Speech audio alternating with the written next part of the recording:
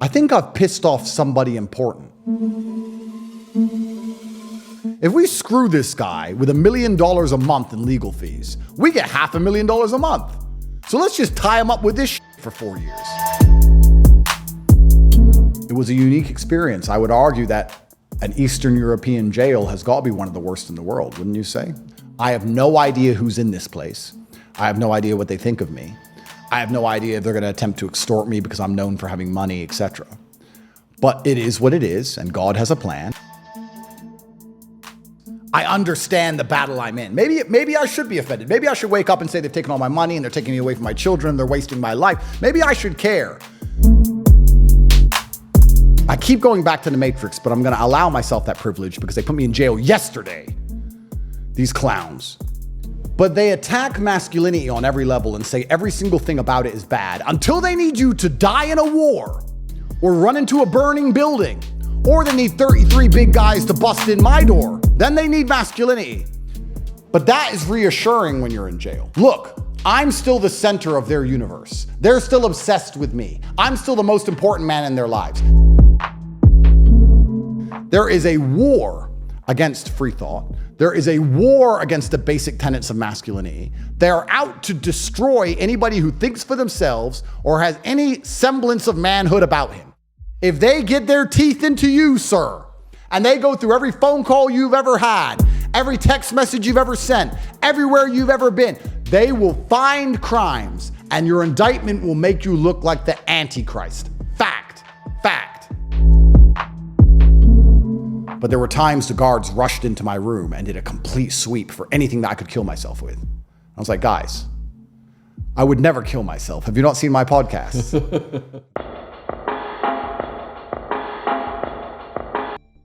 I have been inundated with people asking, get the Tate Brothers on to tell their prison stories in depth, man. We are fundamentally a prison channel that went down the rabbit hole of the Matrix with David Icke. So viewers, you're in for an absolute treat. But the Matrix has revealed itself on the way here. As many of you know, Michael Francis was supposed to be here with us today.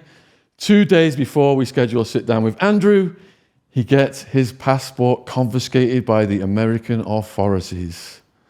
Can you believe it? And they say the Matrix doesn't exist. Come on now. It's quite obvious. Before we get into the prison stuff and the rest of the stories, huge thank you first to Andrew, because it was only yesterday, he got put back inside for a day. Yeah. We'd already booked to come out. We were like, what is going on? And he must be hectic right now. And he's kindly come down here, spent this time with us. So hugely appreciate it, man. Thank you. No, thank you for having me. Yeah, I got out of jail 21 hours ago on my second visit. And very interesting what you say about Michael. I'm praying for him because anyone who believes the Matrix doesn't exist just simply hasn't got high enough yet. I often compare it to, but it's like a fishbowl, right? You have people living inside of the fish tank and they're swimming around talking about how free they are. And they say, I can see in all directions and I don't see any walls and I'm free. And I'm sure that's true unless you try and swim too far. And then you're going to start bouncing up against glass walls and you're going to realize that there are control mechanisms that are designed to prevent people from learning too much or saying too much or having too much unless you are controlled to some degree. And I guess that's a simple way of explaining it, the Matrix as a whole. I actually was having this conversation with Tristan the other day that I feel like this whole generation of people becoming famous on their own merit and on their own back. I say generation, it's probably only about 6-7 years old that a podcaster or somebody can come along and garner international attention without needing a gatekeeper as such. I know you're still on YouTube, but YouTube to a degree is still a gatekeeper. You said about David's been banned. I've been banned. I hope you survive for as long as possible, my friend. I was banned twice after covering that story. Well, there you go. So if you work in traditional entertainment industries, there's a gatekeeper. There's a manager or a producer or a director or a record label or a sports team, whatever. There's somebody who you've signed that contract with who will prevent you from doing things or saying things they don't want you to say. Otherwise, it's all over. There's a gatekeeper. And now we've entered a generation or we've entered a time where people can come along, become famous on their own back of their own merit, especially with Rumble and X, these other platforms. You can avoid gatekeepers. And that is very aggravating to the people who only want certain ideas purported. So their answer to that is lawfare. Their answer to that is the legal system. They say, okay, well, this person's talking too much and there's no manager we can call to make sure he shuts up. Let's try and bribe him with some money. Let's try and get him a sponsorship contract. Let's get him under someone's heel. If the person declines such a sponsorship contract, then the answer after that is to try and shut you up, ban you everywhere. And if that fails, the only move they have left is to put you in jail. And what they'll do is they'll go to the legal system, they'll assign a prosecutor, and they'll say, do whatever it takes to ruin this person's life. And he'll do his very best. And that's why I talk about the fish tank, because people are swimming around inside of the water and they believe the legal system is fair. And they believe that everything you're told in the news is true. And that there's no reason for the Matrix to exist. Why would it exist? Why would there be this big collusion to try and prevent certain ideas being released to the public? I've never experienced any of these things. Well, that's because you're being a good little fish. You're inside of the bowl. If you try and go too far, you'll start bumping up against the glass wall. And the glass wall can be your social media accounts. It can be your bank accounts. It can be your freedom to live and breathe because they will throw you in a cell. And I guess, perhaps I don't want to be too forgiving. I'm often called too nice. I don't even know this. I'm called too nice far too often. But I sit and I analyze, and you have to understand that although they're destroying my life, I don't take it so personally because I very much understand why they're doing it. And I understand the enemy I have chosen. I feel like the best thing I can be in this situation is to not be emotional about what's happening to me. Because if I'm emotional, I don't think it allows me to think rationally. And I look at it very simply, and I ask the people at home who don't believe in the Matrix, think of it this simply. If you owned a company and you had members of staff, and you wanted your members of staff to act in a certain way, and you had a couple members of staff who continually defied your orders and wouldn't do as you told them or asked them to do, even though what you need them to do is to the best interests of the company as a whole. They're coming along and acting different than you want them to act, and it's damaging your bottom line. You would fire them. Well, you can think of the world as a company, and they have decided that certain ideas are good for them. I disagree. They've decided that certain moral standings and geopolitical decisions are good for them, and of course I disagree. And I'm the bad employee. And unfortunately for them, people are listening to me talk. So now I'm inspiring a little rebellion around the water cooler on the lunch break. And they've thought, well, we have to stop this. And they've come along and are using the tools they have at their disposal. And first they're going to slander you and cancel you everywhere and try their very best to convince the world you're a bad person. And if that fails, they will throw you in jail. And I understand why they're doing what they're doing. I'm not personally offended, if that makes sense. I understand the battle I'm in. Maybe I should be offended. Maybe I should wake up and say they've taken all my money and they're taking me away from my children. They're wasting my life. Maybe I should care. But when they come to arrest me, I'm very much like, well, this is the game we play. It's like losing a character, and it's like losing a little piece in checkers. You took my piece. Like that's the game. And perhaps I'm too rational about it. But anybody at home who doesn't understand that it's really that simple, that if you owned a company, you wouldn't allow bad employees to inspire a rebellion against the company. And the governments don't allow individuals to speak too much truth about how evil these governments are. Now, the problem with all of this is that I'm on the right side of history and I'm right and they're wrong and they're genuinely evil. That's the problem with all of it. The problem with all of it is I'm actually the good guy. But they don't see it that way. They see themselves as the good guy. I am the bad guy because I will not wear a dress. And therefore, I must pay the price. Yeah, it's an inversion. Let's get back to the Matrix then. Let's go into the prison stuff first. So on the day of your arrest, the first arrest, not yesterday, what were you looking forward to the most in your life? What were your plans? I had a flight booked for that day. I had a jet on the runway, fully fueled. I was intending on flying back to Dubai. I only came to Europe for 4 days. I came to London to have a conversation with Piers Morgan. And then I stopped in Prague, and then I stopped in Vienna. And then from Vienna, do I fly directly to Dubai? Because I intend on being in Dubai for the next 3 or 4 months. But then I decided to repack my suitcase. I thought, I've had the same clothes for a while, and I'm filmed everywhere I go. It's all on TikTok. I should probably change. So I flew and I landed here at 7 p.m. and my intention was to take off at 10 a.m. I landed, I packed my bag, I went to bed, and then at 5 a.m., friends came to visit me, And that was the beginning of a saga which is going on for 2 years now. I've not left this country. I've only recently been able to leave this city. I've been under some form of arrest for 422 days, I believe. Let's suspend that moment, because when the SWAT team came for me, I had all these plans. We were going to move to California, in Arizona, all this stuff. Door smashes down, they open up, and it's like time slows down and everything goes upside down. Yeah. Did something like that happen for you? I'll be honest with you. The first emotion I felt was relief, because when I heard the door getting busted in, I grabbed a machete near my bed, and I thought it was the other guys. I thought it was the other team of enemies, because anybody who reaches a certain echelon of life, you have two enemies. You have the law and you have the other team, right? They're opposite teams. You're in a web and there's two spiders. So I thought it was the Albanians or something. So when I first saw police, for a fraction of a second, I was like, oh, thank God it's only the cops. No big deal. So they started waving guns around and being overly aggressive. And I was like, all right, okay, calm down. What's this all about? And they weren't very forthcoming. The first word the police officer said to me is, "Where's your Bugatti?" First word. It's like, why do you care where my Bugatti is? Because they wanted to seize the Bugatti. Almost as if this whole thing was financially motivated, which would be pretty interesting. I was actually speaking to one of my friends the other day. I was saying this to somebody. I was saying, I wonder if governments are astute enough to look at somebody with a bunch of money and think, you know what? You know who will definitely not use any kind of international loopholes or international business banking or be clever with their accounting? You know who will just pay their 50% tax on time? Their lawyers. If we screw this guy with $1 million a month in legal fees, we get $500,000 a month. So let's just tie him up with this shit for 4 years. I wonder if they actually think that way. We can get PC Plod and give him, he's on 33 grand a year. We can make him file some papers and mess with this guy, and we can get $500,000 a month out of this dude.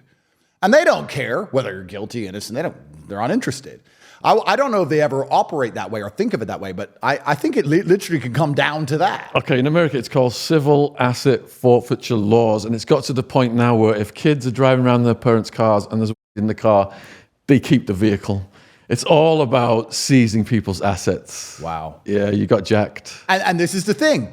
Then you go deeper down the rabbit hole of the Matrix, because especially people inside of that fish tank, they don't understand that you don't own anything. I keep saying this to people.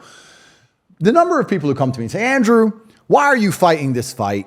Why don't you just give up? As if I'm some kind of coward, as if that was ever an option for me. I'm sure for the average person that would be an option, but the average person wouldn't end up where I am. So no, I don't give up and I don't quit and I'm stubborn and you're gonna have to kill me because that's who I am. But the average person's like, if I had your money, I'd just buy a few houses around the world and I'd just go on holiday and sit on the beach, showing that their mind is so empty. Well, all you're basically doing is telling me why you'll never have my money, because you're an empty vessel. If you think sand and a cocktail is all it takes for happiness and fulfillment as opposed to struggle and war, well, then you don't deserve riches. But this idea of having a few houses around the world, you don't own those houses. They are not yours. You can get any piece of paper you want saying you own that house. Piss off the government and you will see how quickly you lose that house and everything in it.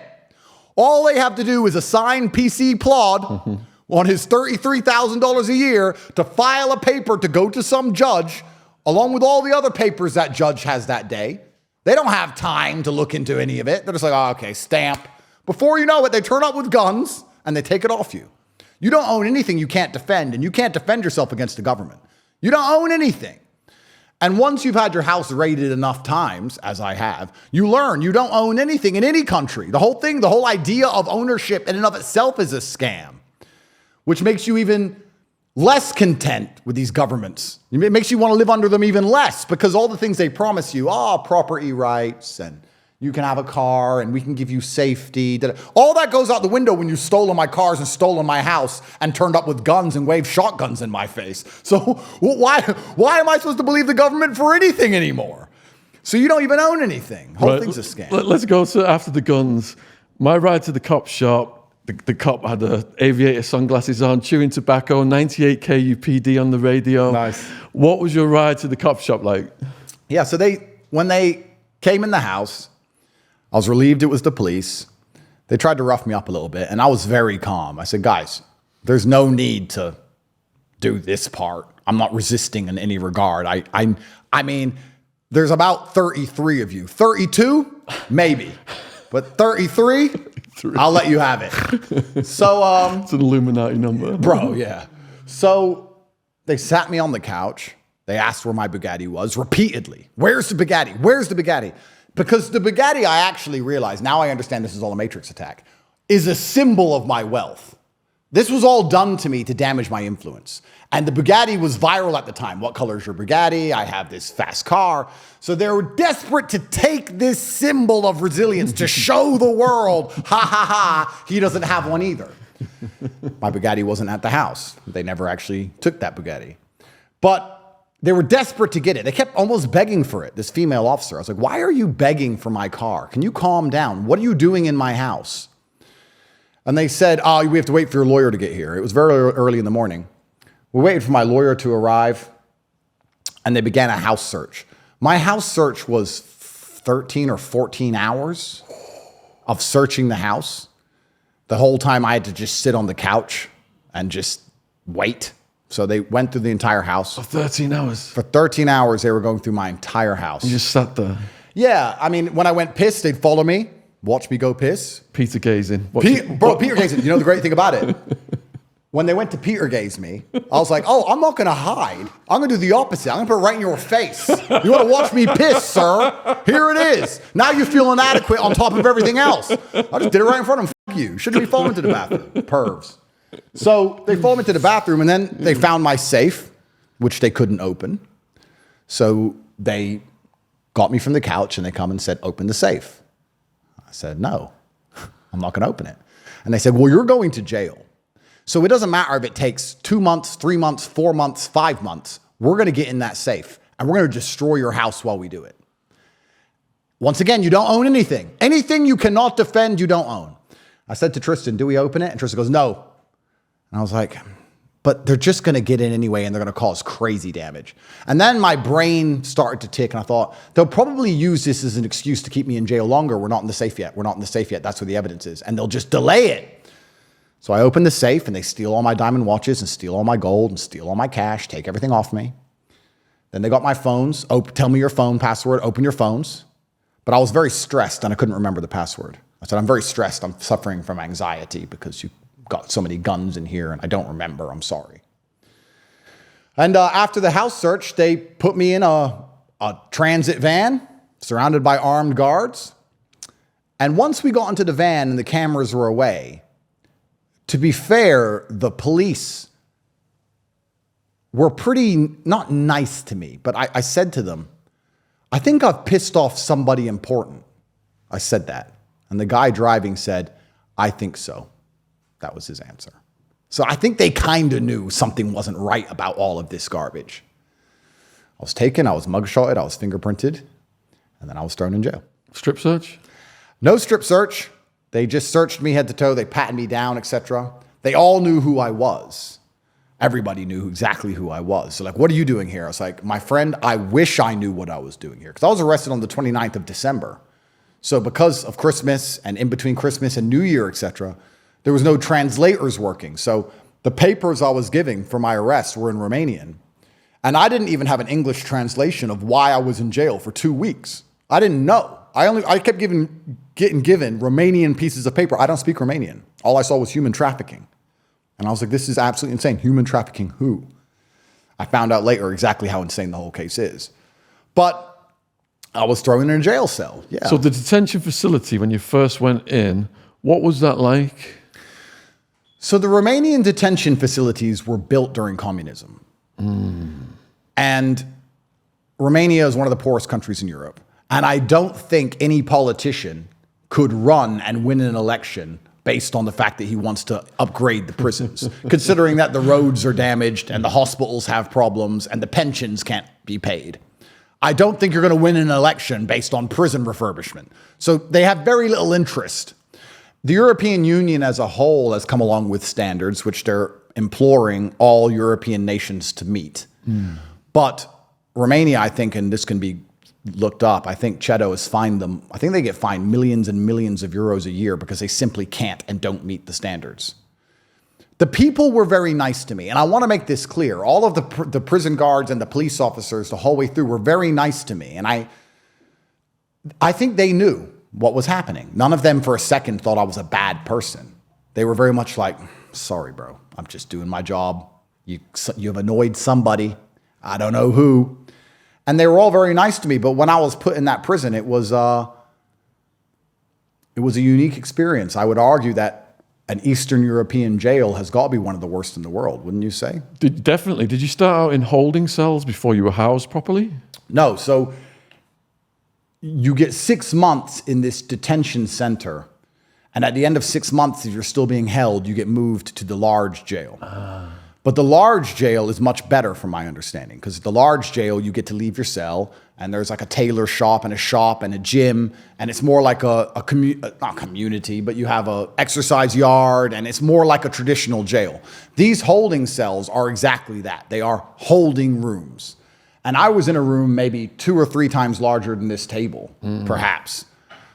24-hour-a-day lockdown. I didn't go anywhere. I wasn't allowed out. There was no gym. There was nothing. I could take 3 steps in either direction for 93 days. And I was stuck in there. The window was about the size of my hand. And there was a tiny TV in the corner, which I understand was a European Union, some regulation they had to fill, but it was in Romanian and I couldn't understand it.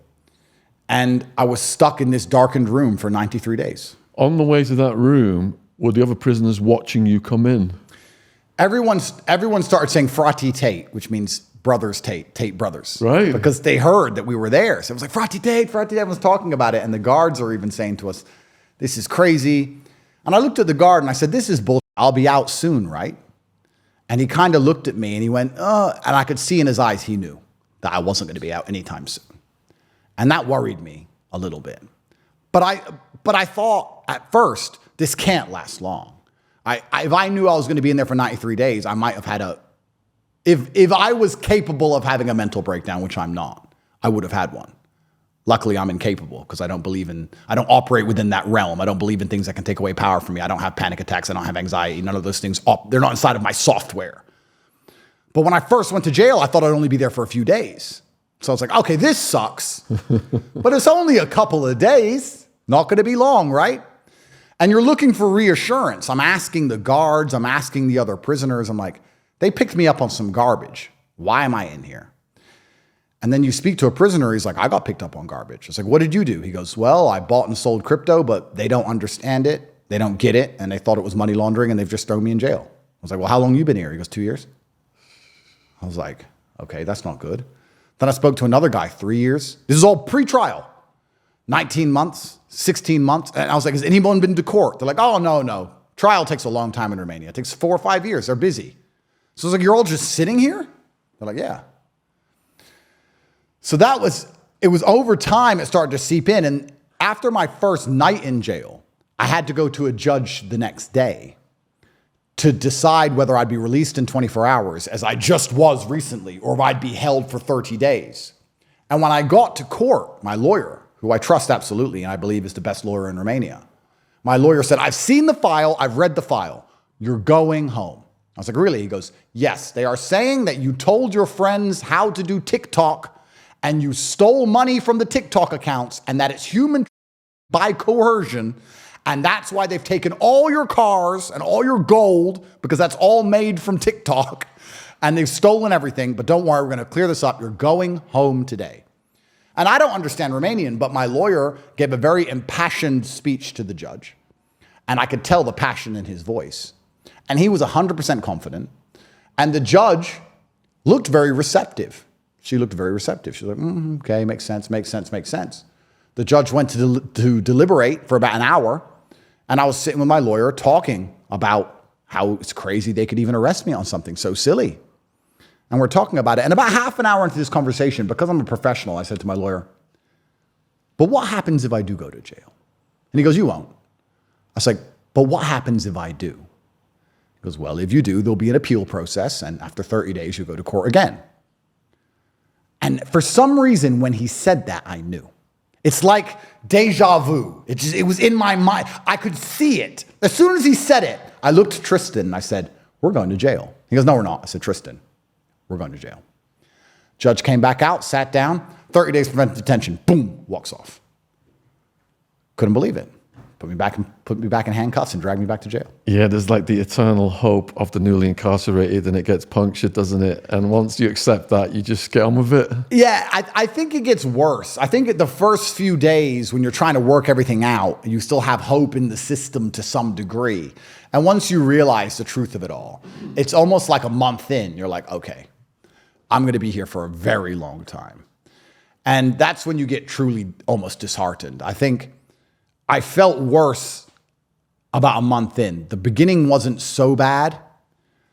And the end, because of Ramadan, I felt empowered and it wasn't so bad. But in the middle, about a month and a half in is when it was really bad. And the story of my New Year's Eve is famous because I was arrested on the 29th and I remember spending New Year's Eve listening to the Lost Ketchup song. There was a tiny little party going on for the guards. One of the guards used to say something to me, which kind of made me feel better.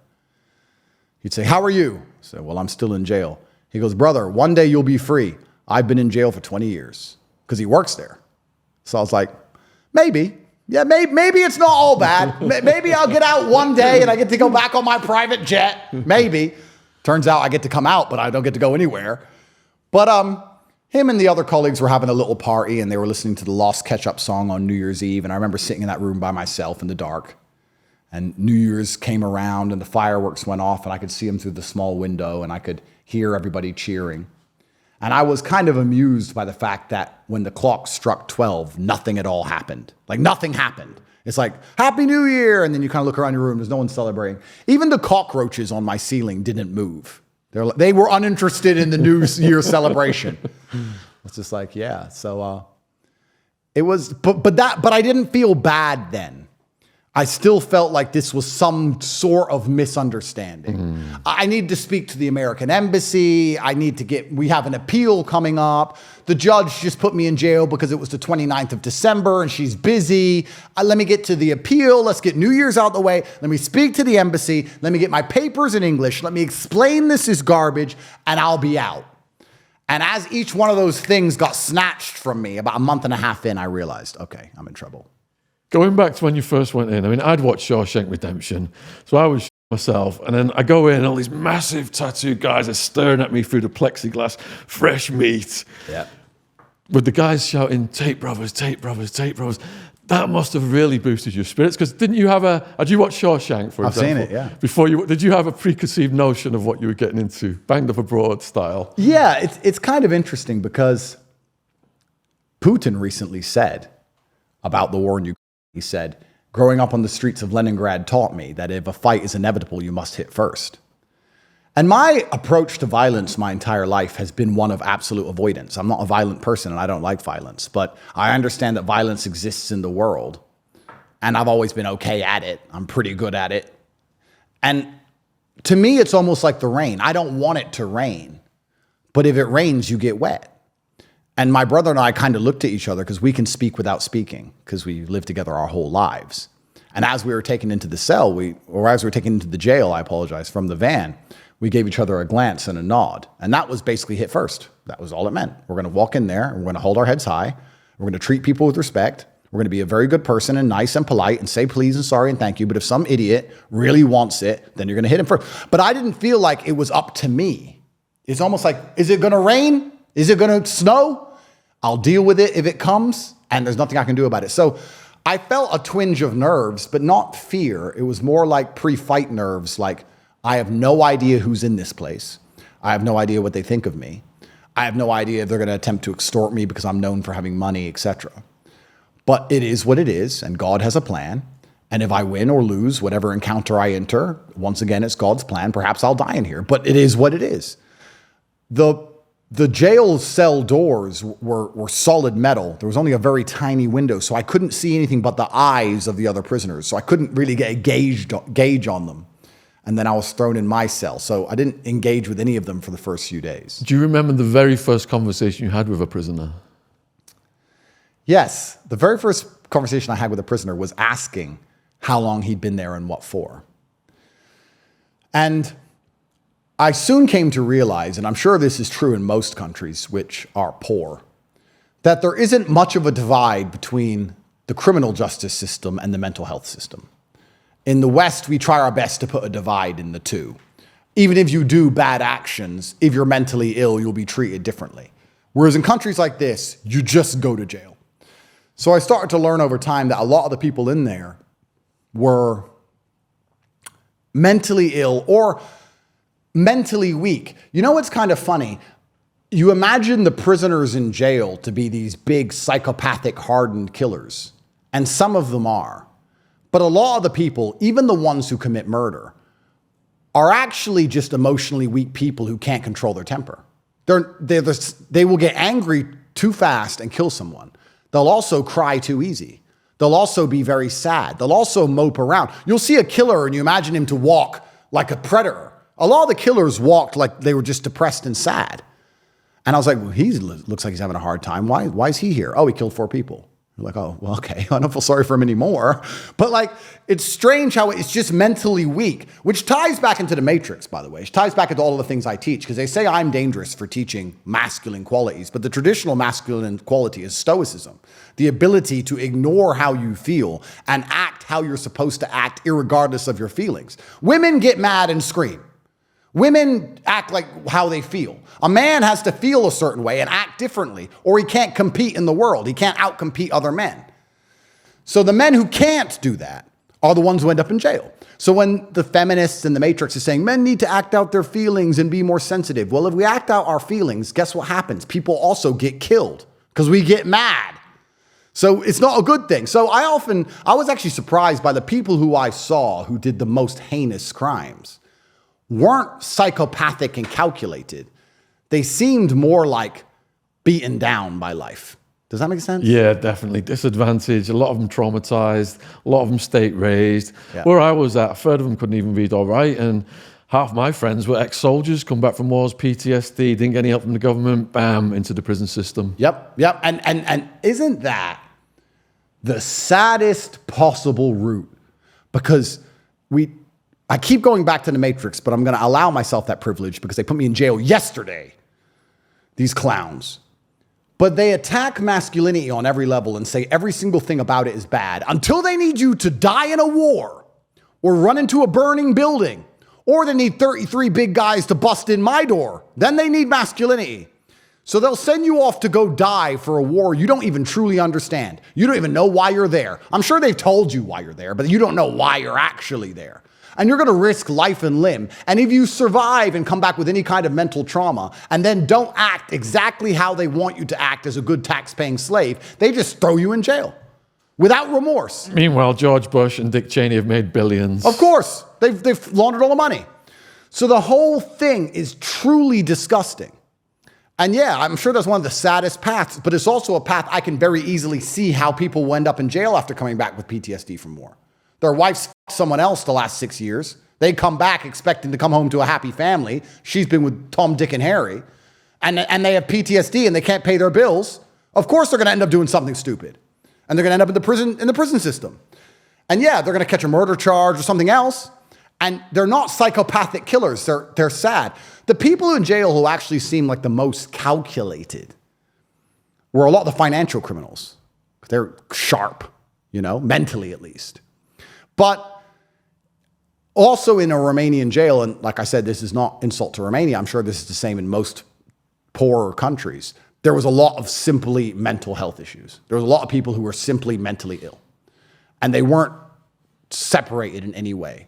So you had people who would just bang their head on the door until they'd bleed everywhere. And an ambulance would have to come. And they'd get dragged out the cell unconscious or whatever, patched up, thrown back in.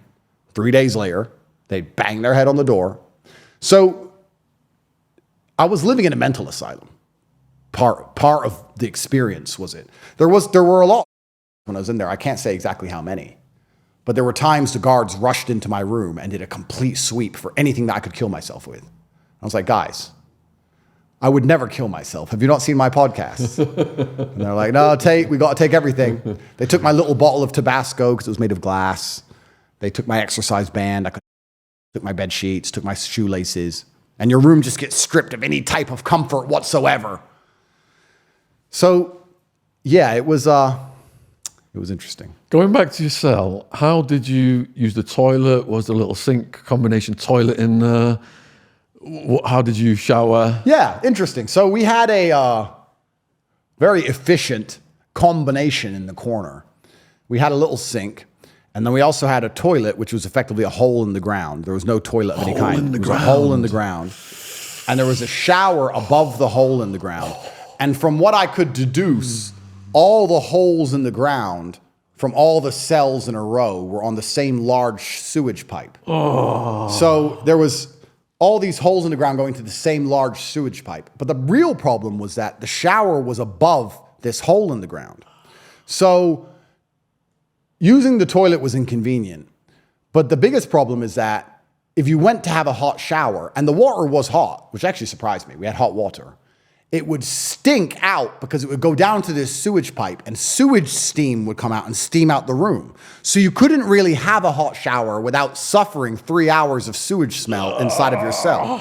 So it was a unique experience of knowing there was hot water, but being forced to use the cold to avoid the stench. What was the stench like? Yeah, it was, I only found out once and I decided to have cold showers from then on out. And it was January in Bucharest, so it was minus. It was very cold outside.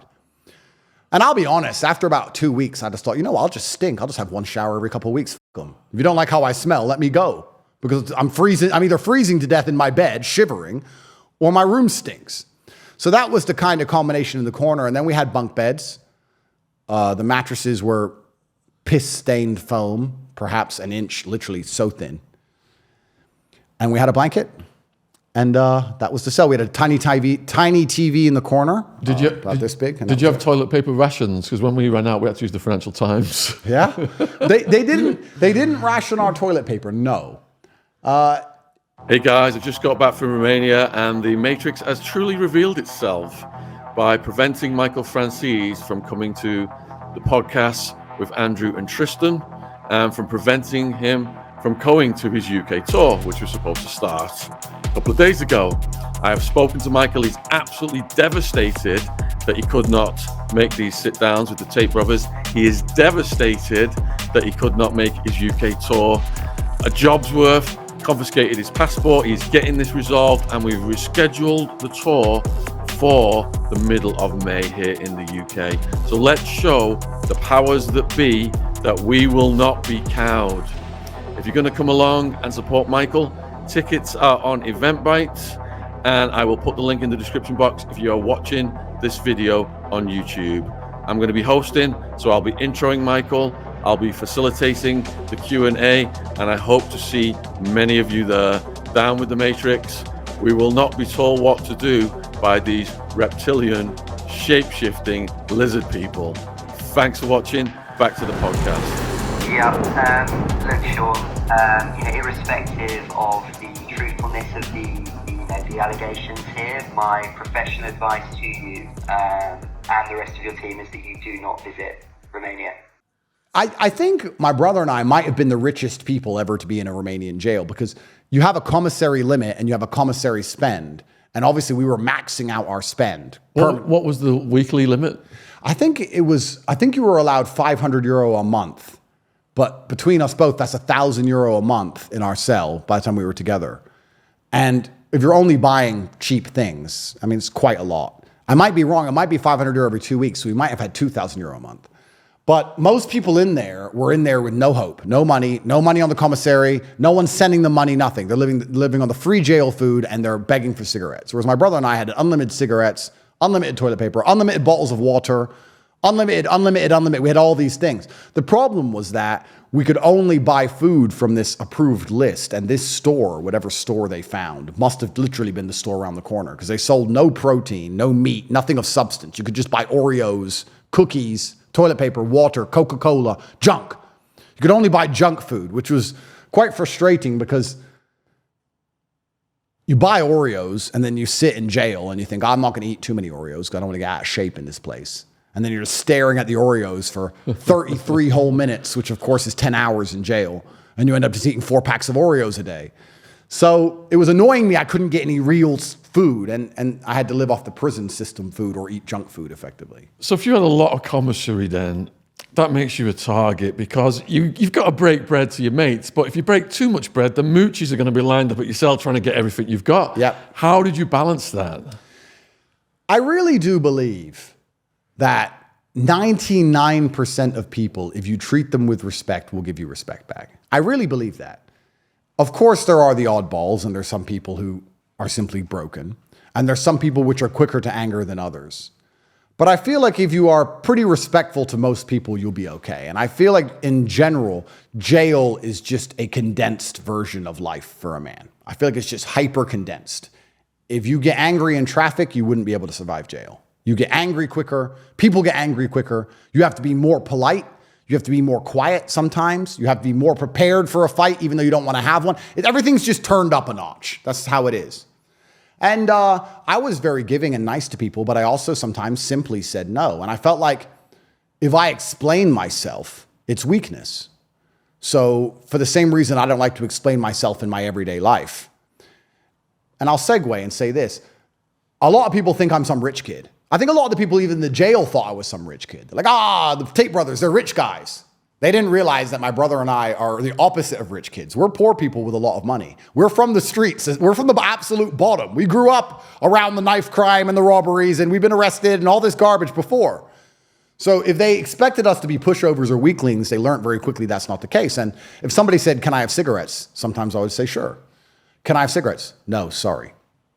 I'm not going to say no because I'm running out and I need to do more, because that's weakness. For the same reason, in my relationship, I don't like explaining myself to my girlfriend.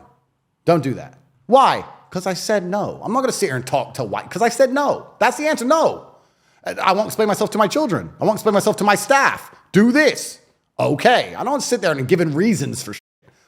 That's a habit I learned from my dad. It offends me. I don't have to give my reasons. So if a guy came up and said, can I have this? No, sorry. And then I just stand there and say, you going to do something about it? I'm standing right here. And what can he say? If I give him a bunch of excuses, then he could say, brother, please. If I just say no, sorry, then it's either a fight or it's not. And it looks like they didn't want to fight. So were you ever tempted to hustle with your commissary, do double bubble, that kind of thing? I was trying to get gym time. The first week, I couldn't go to the gym. So I was like, who do I need to give cigarettes to go to the gym? And it took me a full week to realize there is no gym. There is nowhere to go. I'm not leaving this room, which kind of upset me because I bought extra cigarettes. You know, you're like, okay, cigarettes are the currency. So let me buy as many cigarettes as possible and see if I can get like gym time or something. But no, there was nowhere to go. There was nothing to do. There was not much I could do with it besides just be generous. And I was being as generous as I could because that's who I am as a person anyway. A couple of people, I believe, tried to take the piss, and I just made it very clear to them, you shouldn't have done that. No, I'm not giving you anything anymore. Could you be more specific? How did they try and take the piss? Well, I think when you go to Romanian jail and you've been there for a long time and you've been trying to get cigarettes out of people for years, and most of them never have cigarettes, and then rich foreigners come and you ask for a cigarette and you get a pack. And then you've been around the system long enough, perhaps, to understand that eventually we will leave. And they're never going to leave. I guess they kind of view it as make hay while the sun shines. So they just start smoking a pack in an hour and then ask for another pack. So where's the last ones? Like, I smoked them all. I no, you didn't. He goes, look, I smoked them all. And then I'd give him another pack of cigarettes and observe and watch him literally chain smoke them all. He thinks he can get unlimited cigarettes for this period of time. Like his grace has come. For these few months, cigarettes are free. So, and eventually I'd say, no, my friend. If I give you cigarettes, you're going to have to make them last. I'm not giving you any more. And I like to think that firm line can be held in most things in life. I guess if I were to ask myself why I acted that way in jail, just like I alluded to earlier, is how I act in life. If I say to my girlfriend, no, and she goes, well, I'm going to do it anyway. Well, I've said no. I'm going to do it anyway. Then we're going to break up. If I say to a man no, and he makes a big deal of it, then he can fight me. Like, it is what it is. The answer is no, and I'm not going to tell you why. I just said no. I'm a full-grown man. The answer is no, and it's mine. It's mine. My brother had a saying in jail, which was, for some reason, kept making me laugh. Things are funny in jail that aren't funny on the outside, but it was funny. He'd slick his hair back. He'd get a cigarette. He'd smoke it and goes, let him try. Because I said to him about some guy, kept asking for cigarettes. He goes, let him try. I'm a tough guy. I was like, what does that mean? He goes, like the movies. I'm a fucking tough guy, like the movies. I'll body slam him. I'm a fucking tough guy. For some reason, it was funny. But I guess that's just our attitude. We weren't there to be bullied by anybody. And very quickly, people treated us with respect. And I was very respectful to people, but also there was times I bumped into a guy in the hallway. And from my understanding, he was in jail for beating someone with a hammer. Some old man with a hammer, he beat him to death or something. And I bumped into him and I said sorry, and he didn't reply. And the guards were walking us. I said, brother, I said sorry to you. And he goes, oh, sorry. I made a killer apologize to me. Now, why did I do that? Because I said sorry to you, and you just ignored me. Now, I have no idea. He might have gone back to his cell and say, I bumped into Tate. He said sorry. The fact I made him apologize to me, you don't know how the repercussions spread in a place like jail. That might have been enough for him to go, you know what, those Tate brothers, you don't know. And I don't think I was being unfair. I wasn't being aggressive. I wasn't trying to start a fight. But he bumped into me effectively. In fact, I didn't even do anything wrong. He bumped into me, and I said sorry. So you better say it back, sir. And I feel like if you approach life that way, you'll be okay. Yeah, people don't understand how combustible it is. Like, you could be walking past someone. They say, what are you looking at? Looking at nothing. You calling me nothing? Yeah. Next thing, bam. And that's one thing that actually, I think prisons, of course, I say I think, I'm sure I know. Prisons are different all around the world. And I feel like an American jail, perhaps in many ways, would be more violent than a Romanian jail. It didn't feel violent. It felt sad. I don't know how to explain it. It didn't feel like a violent place. There was the capability of many to be violent, and there certainly was tinges of violence in the air sometimes. But it felt sad. That's how it felt. I imagine an American jail will be different because I think to even be violent requires a degree. It's a high energy expenditure. If you're with your friends and you're with your gang and you're out on the yard and you're talking and you're laughing and there's enough in you. But if you're just locked in a room all day, every day in the dark with the roaches, and you get to bump past a prisoner for a few seconds every 4 days, like, are you really going to use that chance to get the shit kicked at you by guards? Really? Everyone was depressed. Everyone was chronically depressed. So I felt like in a lot of ways that kept a lot of the violence under control, if that makes sense. Yeah. How many days did it take for you to settle down into a routine? That's a very good question. Because now I think about it. And when I just went back yesterday, it was probably my worst day in jail I've ever had. It was worse than the 3 months because the 3 months I had a routine. I had a system. I was very busy in jail. I found a way to be busy all day, every day. I didn't have any spare time. There'd be days in jail I'd wake up and I'd start my things, whatever, and I'd check the time and be like, I'm late. Like I had things to do. If I had to go to court that morning and they messed up my schedule, I was in a very bad mood, especially when they rejected me. Like, why take me to court to reject me? Just let me do my things. So I think within 2 or 3 weeks, I had a schedule. I'd be up at around the same time, and we'd get our hot water at a certain time, and I'd begin my training at a certain time, and there'd be a particular show on that I understood at a certain time, which would burn 30 minutes, and I'd watch that. And then I'd do my other training after that, and I'd have to do 1,000 push-ups a day, and then I'd clean the toilet, and then I'd sweep the whole floor, and then we'd go for killing bugs. But we had a system. This last day I was in jail, I was thrown in a cell with these 3 men I didn't know, and it was their room. It's like walking into someone else's house, right? It's their room. It's their system. It's their setup.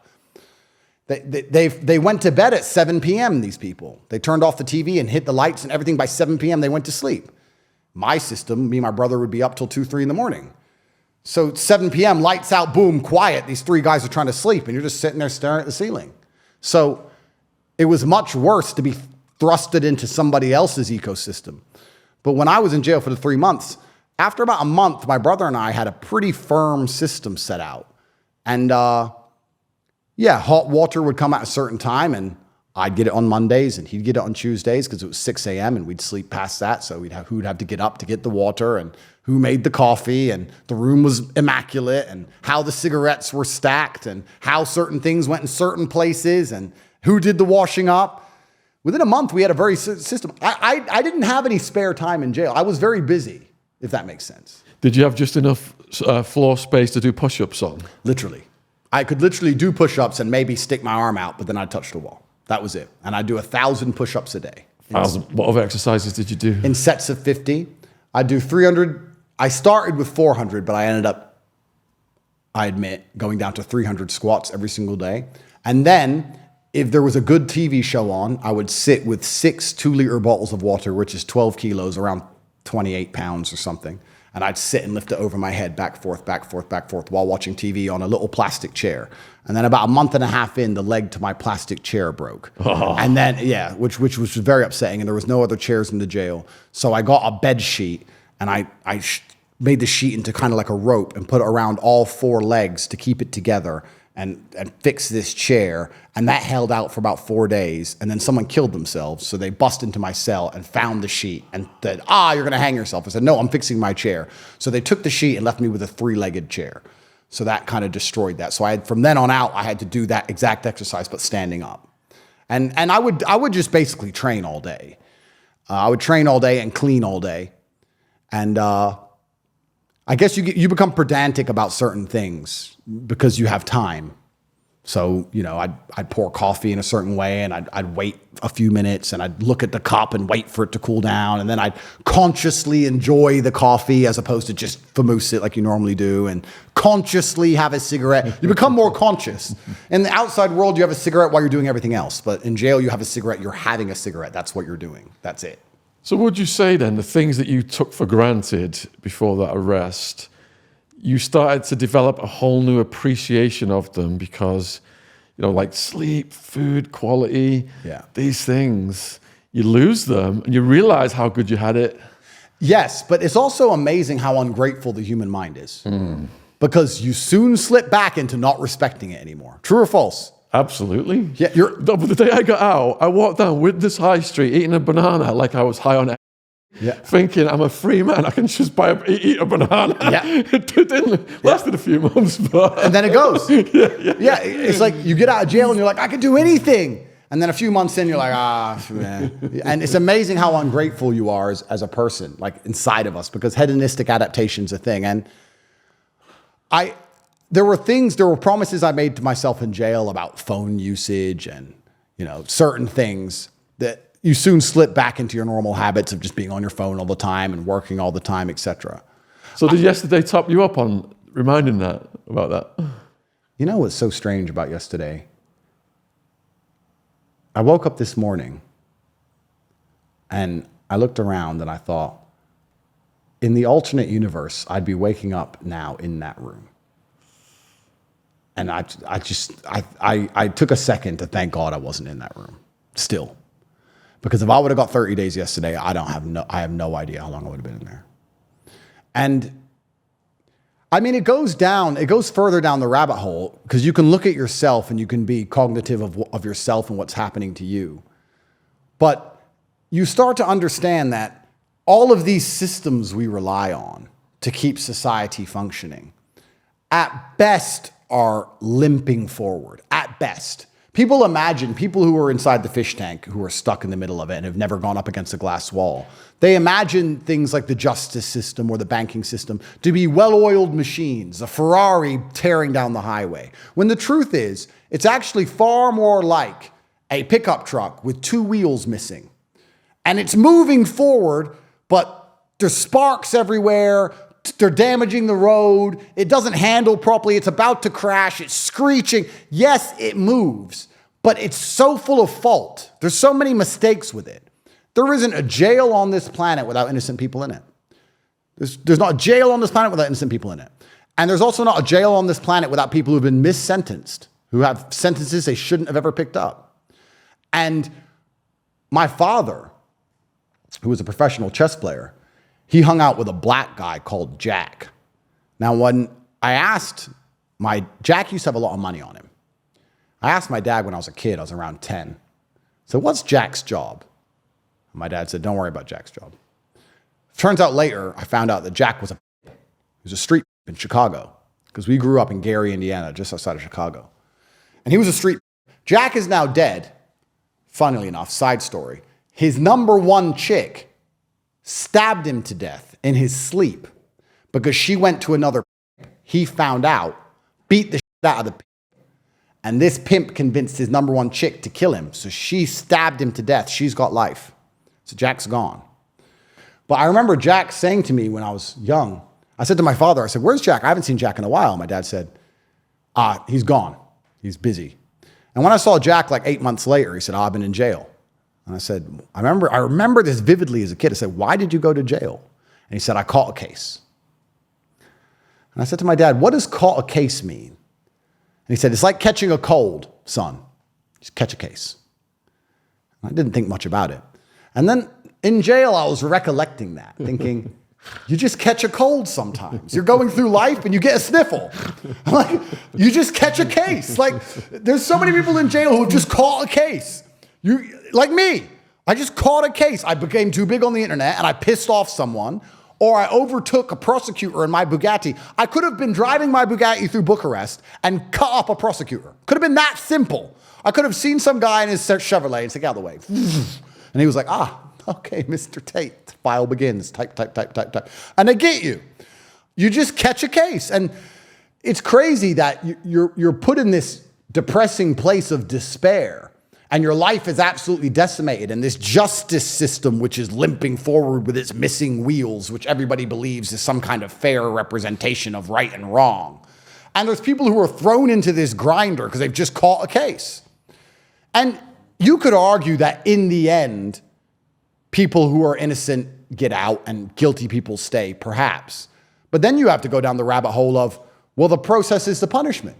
Most people simply can't just go to jail for, even me, 3 months, not that long. You lose your job, you go to jail, you be slandered in the media, you lose all your devices, you lose access to your bank accounts and all your money for 3 months, and you come back out. How are you paying the bills? How are you paying for your children? You think your wife's even still sitting there? Do you know how many people I heard on the phone screaming and arguing with their wives? All they did was use their phone calls arguing with their wives, and their wife, in her own female entitlement, because females are selfish, well, you're in jail, yeah, but I have, how can I pay the bill? I need this, I need this. Your man's in fucking jail, you're screaming at him to pay the rent? He can't. He can't. But what's she gonna do? She's gonna yell at him, or she's gonna find another guy and yell at him because she wants her bills paid. So it's crazy how most people don't understand how broken the justice system is. I don't know a better alternative. I'm not proposing one. I'm just saying that if you think you're going to go through life and if you ever end up in the justice system, it's all going to be fair and just and it's going to be fine, you're going to realize that it's nothing like you expect it to be. And you better hope you don't catch a case. And when their wives and girlfriends leave them, you see them looking at the car park, hoping for a visit, and the visit never comes. And these guys are then just never the same. Some of them, they're broken. It's amazing how, when you look at the differences in the sexes, how, and I don't have any scientific evidence for this, it's just my theory, but my theory is pretty simple, is that women are physically weaker than men. So they are obsessed with self-preservation. And they want to make sure that somebody is protecting or providing for them. They're very worried about being completely and truly alone in the world because they can't do it. So as a man, when you're no longer able to protect and provide, either financially or physically, a lot of your appeal to that woman vanishes. So she can love you. Of course, she loves you.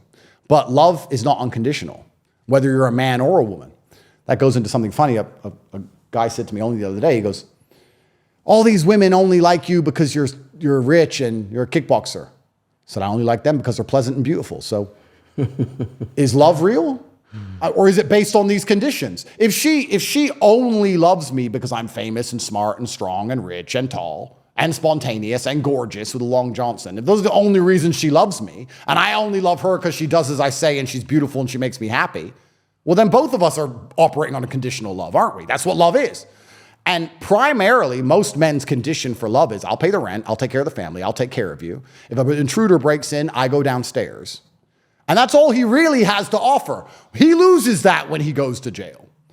And you'll often see, in my experience in Romanian jail at least, a lot of the times the men go to jail, not because of what they were doing with their woman, it's because of things they were doing with their friends or things they were doing by themselves. So the woman's on the phone, well, I told you to stop hanging out with those guys. I told you to stop going to clubs. I told you to stop this. You left me at home with the kids. You were out with those idiots. Now look, you're in jail. I didn't want you to go there. I tried to stop you. Who's paying my rent? Who's paying my bills?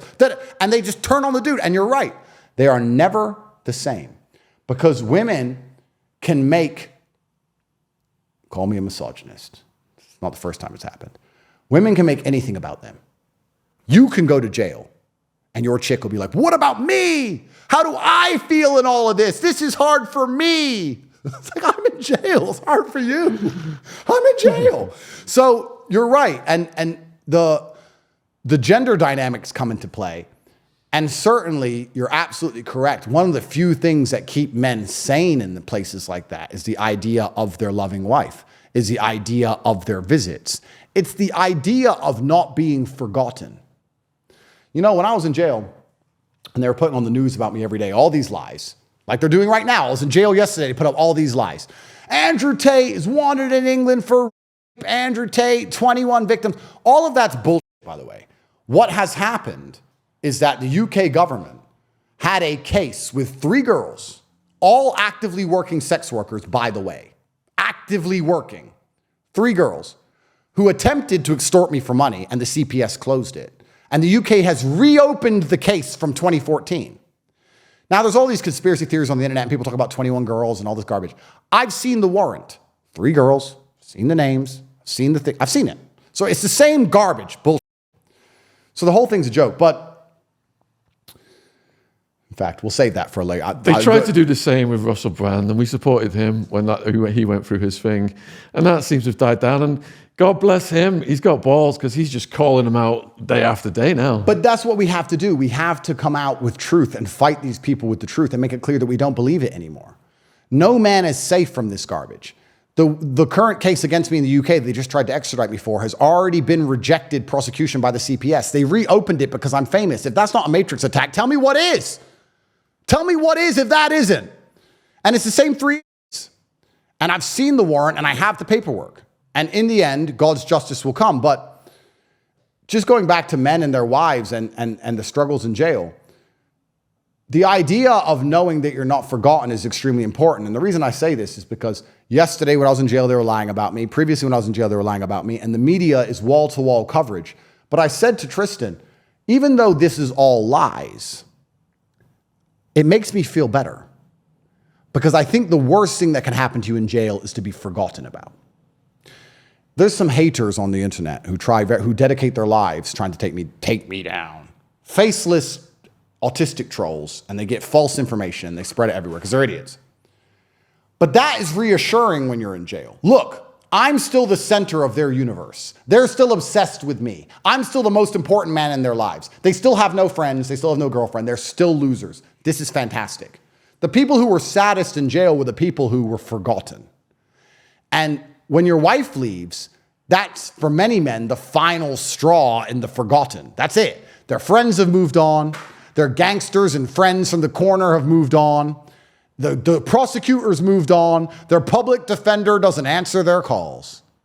The one person left is their wife. When she moves on, they're just a ghost. They become, my brother and I called them the very unoriginal name, jail men. There was a guy in there who had been there for 17 years. His wife had left him 6 or 7 years prior. No money on his commissary, no visits. And I said, he's a jail man. Tristan said, yeah, he's a jail man. He's just a man in jail. He's a jail man.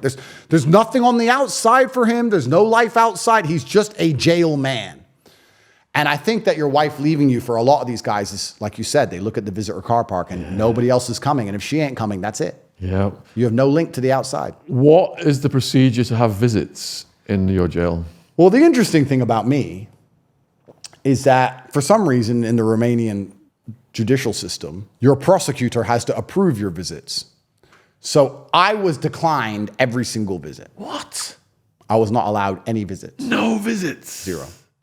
My lawyer could come, but we could only speak on a phone, and the phone call was recorded. Client privilege, whatever it's called, client judicial privilege, client privilege doesn't exist. Yeah. They listen to you and your lawyer's calls. No. They don't care. I wasn't allowed any visits. Of course, all my phone calls were monitored and recorded. And the only person who came to see me the whole time I was in jail was my lawyers. They would come and see me and we'd have our recorded conversation. And I could make phone calls from the jail. But they played very, very dirty with me from the beginning. I mean, at the end of the first month, I was hopeful to be getting out. Of course, I have a court date coming up. And by the Romanian law, they need a reason to extend. They need new evidence. They can't just keep you in jail. They need something to have happened. And I couldn't think what that could possibly be. And I was on the phone to my personal assistant, and she said, "You have a doctor's appointment in Dubai. Are you going to come?" And my answer was, if the judge allows me, I will come to my doctor's appointment, yes. When I got to court that day, the extension that was requested by DCOT to keep me in jail longer is that I was going to flee to Dubai. And then my conversations with my PA were all based around me fleeing and evading the legal system. Of course it says, if the judge will let me. Of course it says the doctors, etc. But they took it, they packaged it up, they twisted it, they got a prosecutor to stand there and say, they get some prosecutor to stand there. It's not my prosecutor. It's like a prosecutor for the state who stands there and starts reading out all the cases of Romanians who got to Dubai and they couldn't get them back, how hard it is to extradite somebody from Dubai, how much money I have, how easy it would be for me to go, the fact that I'm Muslim, all my property in Dubai, basically saying, if you let him go, it's on your head. It's on your head. And he's talking about Dubai on the jail phone. Jail. And is that fair? No. Is any of it fair? I would like to ask about you and your prosecutor and before I do that, I'll tell everyone at home because there's people on the internet who think they've seen documents about my case. My entire case is a lie. The translations are a lie. If my brother said, well, kick him out, they changed it to, well, kick him or kick him in the face. They lied. The conversations that they put together are a lie. They have a conversation from September and they delete a bunch till December and they put it together and pretend it's one conversation. It's a lie. Hey, do you know what that sound means? Ooh, that's something I've been hearing a lot lately. I can't help but love that. That's what I hear when I make another sale on Shopify, the all-in-one commerce platform to start, run, and grow your business. Shopify is the commerce platform revolutionizing millions of businesses worldwide. The Pokemon business I've recently started with someone is absolutely thriving thanks to Shopify. Shopify accepts all kinds of payments, and sometimes it's complex when you get on a platform, but their dashboard makes it completely simple. Covering all your sales channels from a shopfront-ready POS system to its all-in-one e-commerce platform, Shopify even gets you selling across social media marketplaces like Facebook, Insta, TikTok, and YouTube. Full of the industry-leading tools ready to ignite your growth, Shopify gives you complete control over your business and your brand without learning new skills in design or coding. And thanks to award-winning help and with an extensive business course library, Shopify is ready to support your success every step of the way. So when it comes to dealing with people all over the world, Shopify is absolutely enabling us to smash it with our Pokemon business. Before Shopify, our Pokemon card business was in the dark ages. It's time to get serious about selling and get Shopify today. This is Possibility powered by Shopify. Sign up for a £1 per month trial period at shopify.co.uk/Sean, S-H-A-U-N, all lowercase. Go to shopify.co.uk/Sean, S-H-A-U-N to take your business to the next level today. Shopify.co.uk/Sean. Link in description box below this video on YouTube. Thanks for watching. Back to the podcast. The video testimonies from the girls who said, the victims who said they're not an organized criminal group, I'm not their victim, what are you talking about? The translation of the video, which is in a written statement, which is submitted to the judge doesn't watch the video, she reads the piece of paper, is all different than the woman actually said. It's literally criminal. It's literally all a lie. Everything is a lie. Everything you find on the internet is a lie. It's all a lie. All is a lie. And a day will come when this case is over where we'll show side by side for anyone who believed this shit. None of that is true. That is all a lie. This is what actually happened. Was your prosecutor pulling off similar moves? I can attest because I've seen people on the internet saying, look, it's here, this police report on Andrew Tate, so he must have done it. prosecutors are the biggest clickbaiters in the world. In my case, we had over 100 co-defendants, over 10,000 phone calls. They took tiny little snippets of phone calls, took them to court, and portrayed me to be the Antichrist. That's right. Yeah, it's all theater. It's all theater. And this is what's amazing to me. People say, have you seen the Tate indictment? Have you seen the edited version of events based on the last 10 years of my life put together by the people who have no problems lying, trying to put me in jail? Well, I'm sure that looks bad, but it's not real. And people are asinine and foolish to think that that's not how these things work, because you just nailed it.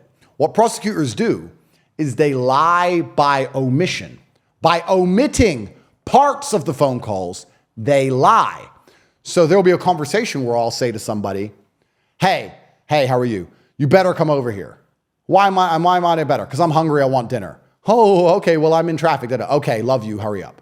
Boom. Example, right? They'll take, you better come over here. They'll get rid of the rest.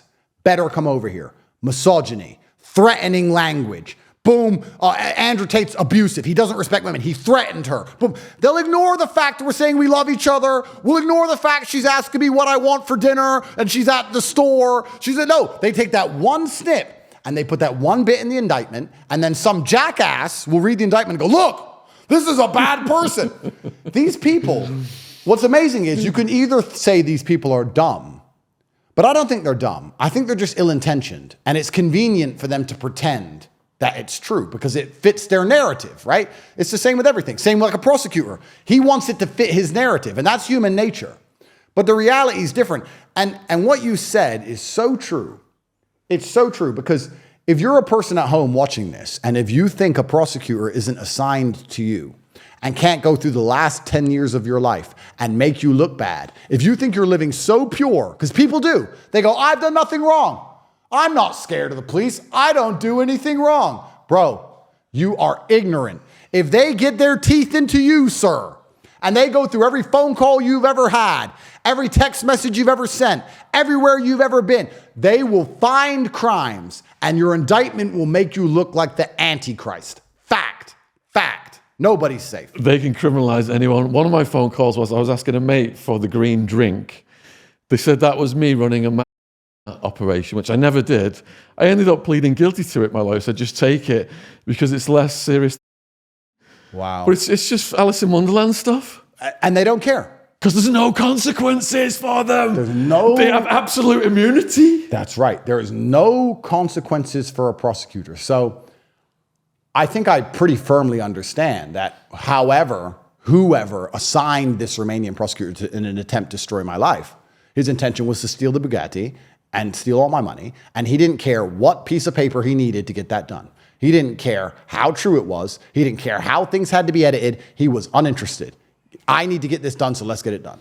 And it sounds like the American prosecutors aren't much different. No. And that's how this system works.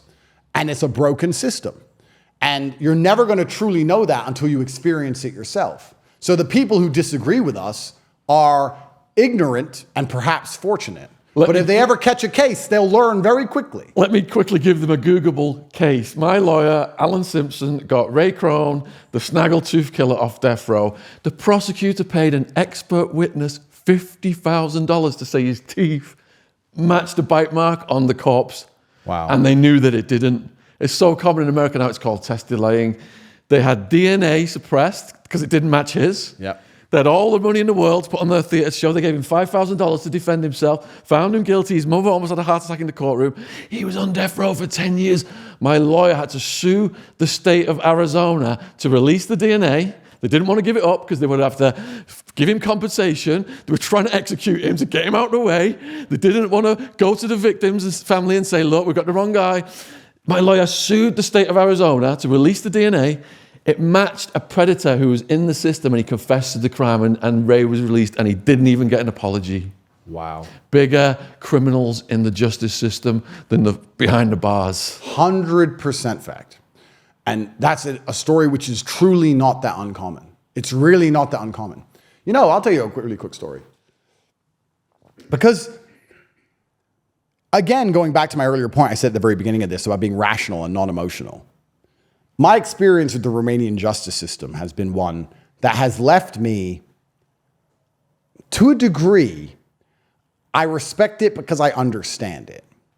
And the reason I'm going to say this is because I would liken the Romanian justice system to the justice system in many parts of the world, where they'd rather be far too harsh than too nice, because they're trying to preserve social cohesion and they don't have the budgets that we have in the West.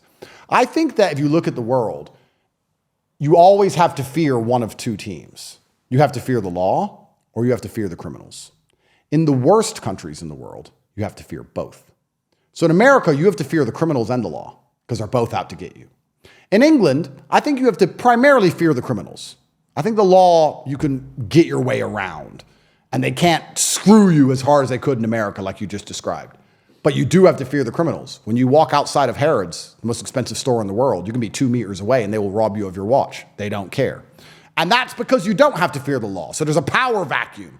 So in the worst countries, you fear both, but in most countries, you have to make some decision to fear somebody. Everyone talks about Japan, how great and how safe Japan is. Well, it has a 99.9% conviction rate. Are you telling me there's no innocent people in jail in Japan? Of course, the reason it's safe is because anyone who goes to court goes to jail. They don't care if you're innocent or not. And their view is very simple. We'd rather a few innocent people go to jail to keep faith in the system and to keep society safe overall than be completely interested in the individual liberties of one person. One person's not worth it. We could sacrifice an ant for the ant farm. And the Romanian system, considering this is the poorest country in Europe, is a very safe city, Bucharest. I can walk around in the middle of the night with $1 million watch on. I can't do that in London. I can do that here. It's actually very safe. Maybe you'll get pickpocketed, maybe. But you'll never get any violent crime. You'll never get robbed. Your car will not get stolen. I drove a $5 million Bugatti in one of the poorest countries in Europe. No problems. I left it on the street. Never got scratched, never got touched. I was in jail. There was a kid in jail. I said, what are you doing here? He said, I was looking in car windows. I was like, what do you mean? He goes, oh, there was a bunch of break-ins around this area, and I was looking in the windows. I was like, did you break in? He goes, no, I was just looking in car windows. Snagged him, jail. Don't care, jail. Did he do it? Who cares? Jail. He'll be out in 4 months, 5 months, 6 months, 7 months, whatever. That's just how they approach their system. That's just it. If you go in front of a judge, jail, jail, jail. And that's how they keep it safe. So it's frustrating when you're inside of it. But when I'm outside of it, I'm kind of like, well, I guess I kind of get it. But then you're trying to look, and I've spent a lot of time actually doing this in my freedom, looking at a world map and saying, well, where do I not have to fear the law or the criminals? And I can't seem to find anywhere. So when you say there's bigger criminals inside the system, you're absolutely correct. And the hubris of a prosecutor, they would rather an innocent person lose their life than admit they made a typo. They don't care. Because they have quotas. And if they can get a headline news sentence, they get promotions. They're running to want to be judges, political office. My head prosecutor's been promoted. Of course. He's been promoted. Yeah. And my case isn't even over yet. So here we are. So I'm sure Tate Brothers take him down. I mean, it is what it is. So I can be non-emotional about it, but you have to understand this is how it works. And I really find it amazing after the mass awakening, because I feel like there's been a mass awakening with certain elements of the Matrix. People now understand that the medical system, as you previously believed it, because of is a lie. And people now understand that the mainstream media, as you previously believed it, is all a lie. But they still don't have a lack of faith in other systems. If you don't trust the doctors, you don't trust the news, why would you trust the police? Why are they any more trustworthy? Police never lie. Of course not. They're not even, they're gods. They're humans. And I always use this analogy because it's a very simple one. If you don't have a referee in a basketball game, people cheat. In a simple basketball game, people will cheat if they can get away with it. So you're telling me in a system where a prosecutor has no repercussions whatsoever, and it's in his interest to put somebody in jail, regardless of whether the fact they're innocent or guilty. And even if he's a good-spirited, good person who doesn't want to put innocent people in jail, everyone around him is eclipsing him. And he's on the verge of losing his job because he doesn't put enough people in jail. You're telling me he's not going to bend a few rules? The whole thing is a joke. And the whole thing's a joke. It's a scorecard. Have you watched The Bad Lieutenant? No. With Harvey Keitel. Viewers got corrupt cops. All right. When did you first become aware that insects were in your cell? think it took me about 3 seconds. Yeah, you turn the light on. You turn the light on and they scurry. It's like the opposite of women. Usually they scurry to me. These must have been male insects. You turn the light on and they just... So this is first day in the cell. First day, first second. Do you remember what time approximately you arrived? I think that by now... So they raided my house at 5 a.m. The house search took 14 hours. Then we went through all the processing, etc. By now, it's nearly 24 hours. It's nearly 5 a.m. again. It's nearly 5 a.m. the next day. And I went in the cell. They put the light on, and I saw them all scurry to the cracks. What size roaches were they? We had they were about that big, American cockroach. They weren't huge ones. They're the little kind of skinnier ones like this. Yeah. Yep, exactly those. And they hide in these cracks. It looks like there's no crack at all. I don't know how they get in there. It's like they just vanish into walls. Like they can walk through walls, these things. So they all scurried everywhere. And I was kind of like, for the first half an hour, I'm like, I'll kill them all. I'll kill them all. So my cell's roach free. And then you realize, okay, they're living inside the substructure. Like this place is made of roaches. They own the building. They own the building. It's cockroaches and concrete. Like they're in the walls. They're in the ceiling. And when you turn the light off, you could hear them. Shuffling, rustling. Moving. Yeah. So I thought, let me leave the light on so maybe they'll be scared to like come out. And as I laid still, you close your eyes for a few seconds and you open your eyes to see. And they got braver and they started to come out again. And I just tucked my pants into my socks and put a pillowcase over my head and thought, I don't want to swallow any. That'll be adding to my problems. And then, and then you're just like, okay, well, and the first few days, I mean, I'm a man, but I don't like insects. I don't like bugs. I'm not a girl, but I don't like bugs. But after 4 or 5 days, you're kind of just like, hi, guys. You're still in jail, are you? What did you do? You just kind of get used to them. So one night, my brother and I, we went on a killing spree, and we filled up a plate. There's a paper plate. We had a whole plate full of them. And I did see a noticeable decline in roach numbers for a good 48 hours. But then they replenished. And I was like, Tristan, this is an unwinnable fight. This is unwinnable. So I'd spend, during my cleaning hours, I'd spend hours and hours with a bottle of bleach, because of course I'm the commissary king. I have unlimited bleach, unlike most people. So I'm going around every crack trying to bleach all the cracks. I feel like across the 3 months, I reduced the roach numbers by 30 to 40% with my bleach attack. If I was there for long enough, I might have got it down to some kind of manageable level. But yeah, you just have to go to bed and search your pillows and search your cushions and search your blankets and try and make sure they're not in your bed already and wrap up tight and get used to the idea of roaches crawling on you in your sleep. 8 at night was lockdown, 10 was lights out where I was at, and they would line up in the cracks with their antennae sticking out like an army waiting to invade. Bro. And as soon as the lights went out, yeah, they come out. Yep. And I'm on this bunk, and my nose is like inches away from the wall, and there's a bracket there where they're coming out, and you can just, and that's when and then it's on the feet and the hands, and yeah, to this day, if anyone tickles my hands, I flinch. I woke up so many nights of them tickling my hands. There was weeks, maybe even months when I was at a jail, I couldn't lay in my bed without checking my covers all the time for roaches. And that's one of the things that stuck with me. And I went back yesterday, and it looks like, to be fair, it looks like they've improved conditions a little bit, but they were still there. And I think that was actually probably one of the most unpleasant things about jail was the insects. Probably one of the most unpleasant things is the simple insects, because there's also bed bugs in the mattresses and on the beds. So you have bed bugs, you have roaches. It's like a free-for-all in there. So yeah, that was upsetting. And I do think that contributed to a lot of the nightmares I had. It was weird because I didn't have nightmares in jail, but when I left jail, I started to have really bad nightmares. And I think a lot of them were related to the fact that I couldn't fully sleep, and I was constantly kicking and moving because I think it was looking for these insects on me.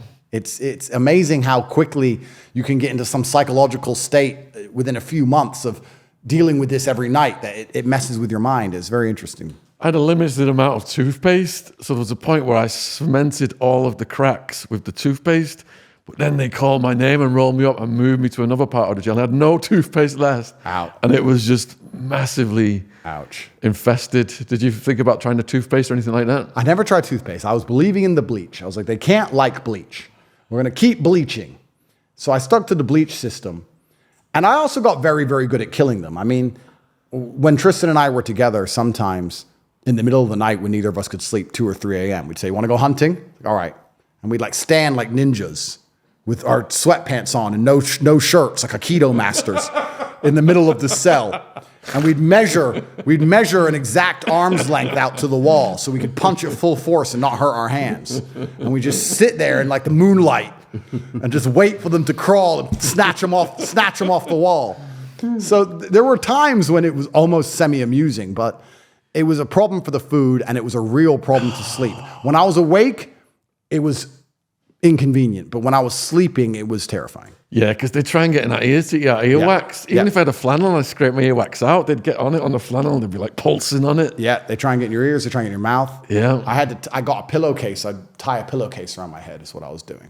And but the guards, the first time they saw that, had a panic attack. Like I tried to kill myself or something. I'm like, guys, I'm just avoiding the roaches. It's fine. Yeah, we'd mummify ourselves in sheets.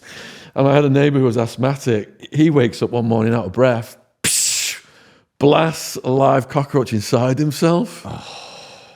In the daytime, the prisoners were doing cockroach races, gambling on the winner. You catch a case. You got to live in harmony with your cellmates. You realize they own the building, make friends with them. You know, you just got to get on with it, haven't you? Somehow, otherwise you're going to drive yourself insane. Well, that's it. It's like the violence thing we talked about earlier. If it's a certainty. Yeah. It's a certainty. So I did my best to mitigate the certainty. But yeah, you're right. You have to find the humor in it. My brother and I would enjoy hunting them for humor. And humor is a fantastic, I mean, it's probably one of the greatest things God has given humanity. I'm sure we could have built the world, perhaps, and done all of these amazing things without the idea of humor, without the ability to laugh. We could still function. But it's the ultimate coping mechanism is laughing. And my brother and I, we spent a lot of time laughing in jail. I'd actually argue we laughed more often in jail than we do on the outside. Yeah. Because on the outside, we're busy and we're working and we're doing important things. But in jail, okay, you're suffering, but how do you make yourself feel better? You just tell jokes, right? So my brother says he's a tough guy and for some reason it's funny, or you dance around the cell. Or my brother and I had another saying in jail. Tristan goes to me, he goes, you know, Andrew, this is a matrix attack. And we don't belong in here. I said, yeah. He goes, but think of all the things we've ever done. So what do you mean? He goes, don't you remember when I was 19 and those 2 boys came up to me in school and one of them said I was stupid, so I knocked them both out? I was like, yeah. He goes, was that really necessary? I was like, probably not. He goes, so we don't deserve jail for this, but all in all, fair enough? And I was like, probably.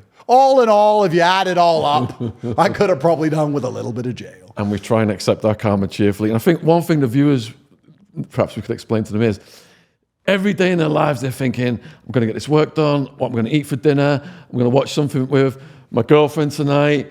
All that goes completely out of the window, doesn't it? Yeah. As soon as you go through that door, it's raw survival. Yep. So how did that? It's like almost like you went into a state of relaxation. You say you didn't have your phone or whatever. You weren't doing your work. Yeah. How did you find that difference? You get a lot more thinking time, which I think a lot of people waste, and I wasn't there to waste it. But I did make some very clear observations. I noticed how much I am purposefully distracting myself in the outside world, and I think all humans do this. You distract yourself because 1, you have things to do. And 2, if you start to feel an emotion or have a thought you don't like, you just instantly distract yourself. You get on your phone. If you're sitting there and you think of something sad, like you lost your parent and you think of it, the first thing you do, I guarantee within 3 seconds, is grab your phone and load up TikTok. And you distract your mind. Or you start working. Or if you think of someone, you call them. Or you text them. I need to talk to them about this. Okay. And you do it. Jail's weird because you have all these thoughts. You can't distract yourself. You can't action them. You can't talk to the people you're thinking about. And you're stuck with them inside your mind. So you have to become a lot more organized with your mind. It certainly is a mental exercise, which was very interesting. I had a lot of concerns for what was happening on the outside, more than my concerns for myself. I was very worried about the people I care about. I was very worried about my kids and my mother and their mothers and paying bills and is everyone else okay? I think if I knew everyone on the outside was 100% fine, and I did know that, but I needed to confirm it quite often. But if I knew that as like a decree, I think I would have struggled even less. I feel like we talk about the man saying he had problems with his wife. You're still a man. You still have masculine duties. The difficulty's just gone through the roof. You still have bills to pay. You still have to protect and provide for people. You still have to be the rock of the family. You still have to be all the things you were, but now you're stuck in jail. So it just amplifies the difficulty and the stress and the pressure. So a lot of my concern was for that. And I'd be sitting there and have an idea or have a thought in my head about what I can do about this person or that person or X, Y, Z.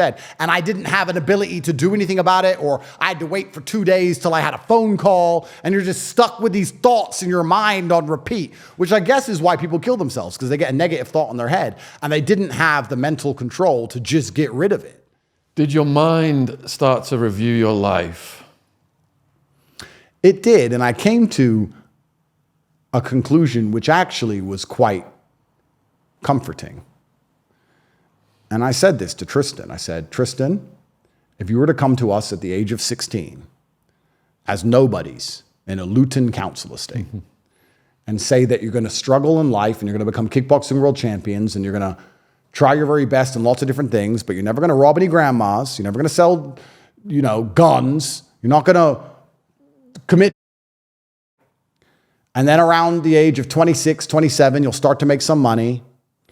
And then you'll become multimillionaires, you become some of the most famous people on the planet, and you'll drive around in Bugattis, and you'll fly on private jets, and you'll do all these things. But at the age of 36, you're going to have to go to jail. At 16, would you have signed that piece of paper? And I said, you know what, I would have. Knowing me, I would have said, what, when I'm 36, I have to go jail a little bit? Sure. How long for? I mean, it's turned out to be 3 months plus 5 months house arrest, blah, blah, blah. Will I probably go back for some years? I have no idea anymore. I have so little faith in the system. People keep asking me, hey, Andrew, what's happening with your case? I'm like, bro, I don't know. England tried to put me in jail yesterday. I haven't lived in England in 10 years. I don't have a clue what's going on anymore. And at a certain level of fame, the whole judicial system is only theater anyway. It's not real. It's all a big play. So, but would I have agreed to this life path? Probably. And I would have taken the highs with the lows. I've never been a coward. Would I have accepted higher highs to have lower lows? Yes. That's who I've always been as a man. I could have avoided all of these problems by not having a Bugatti and not going to jail and working in Starbucks. If you're looking for a gift, my new book, Sit Downs with Gangsters, is available worldwide on Amazon. We've interviewed over 1,000 people now, and we selected 10 of the hardest hitting stories to go in this book. Each chapter features the story of one of our podcast guests. Those stories are Shane Taylor, Knife Maniac's Redemption; John Elite, Mafia Hitman for the Gambino crime family; Joey Barnett, 35 years in UK prison; Ian Blink MacDonald, £6 million bank robber; Chet Sandu, Asian smuggler in Spanish Supermax; John Lawson, the hit team commander; David Macmillan, international smugglers Thai death row prison escape; John Abbott, San Quentin prison shootout and escape; Michael Francis, Colombo crime family capo portrayed in Goodfellas; and Wildman, English enforcer in Arizona prison. Link in description box on YouTube, available worldwide on Amazon. Also, my next book, Untouchable Jimmy Savile, is getting published in December 2023. So check that out as well. It will be available worldwide on Amazon. Thank you for listening. Cheers.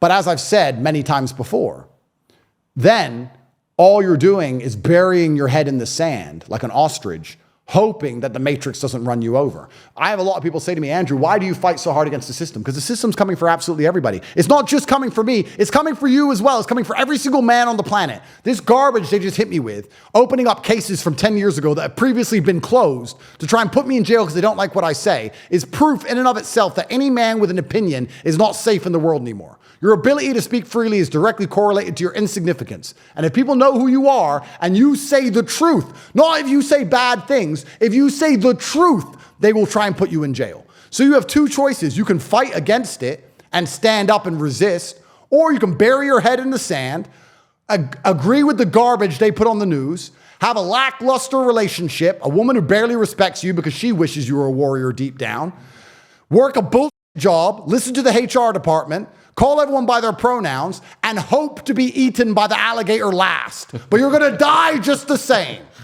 So I don't see the point in delaying the inevitable. What did I say at the beginning of this? If it's going to be a fight, I'm going to swing first. There is a war against free thought. There is a war against the basic tenets of masculinity. They're out to destroy anybody who thinks for themselves or has any semblance of manhood about him. And if that war is certain, which it seems like it is, I'm going to swing first. I'm not going to wait for them to sucker punch me. So the only way I could have not taken this deal and avoided jail was to sit there and be a coward from the beginning and then live a bullshit, mediocre life, which I think is a far more heinous punishment. The insignificance of being a normie and a brokey is far worse than being up here one day and down here the next, then up here again. Because I can deal with it all. I was in jail yesterday, and I'll be in jail again. And I'll walk out again, head held. Might take a year, might take 10. But I'm not going to sit and just do. You know how many people have messaged me since yesterday saying, Andrew, it's not worth it. They're too strong. They're too powerful. Just shut up.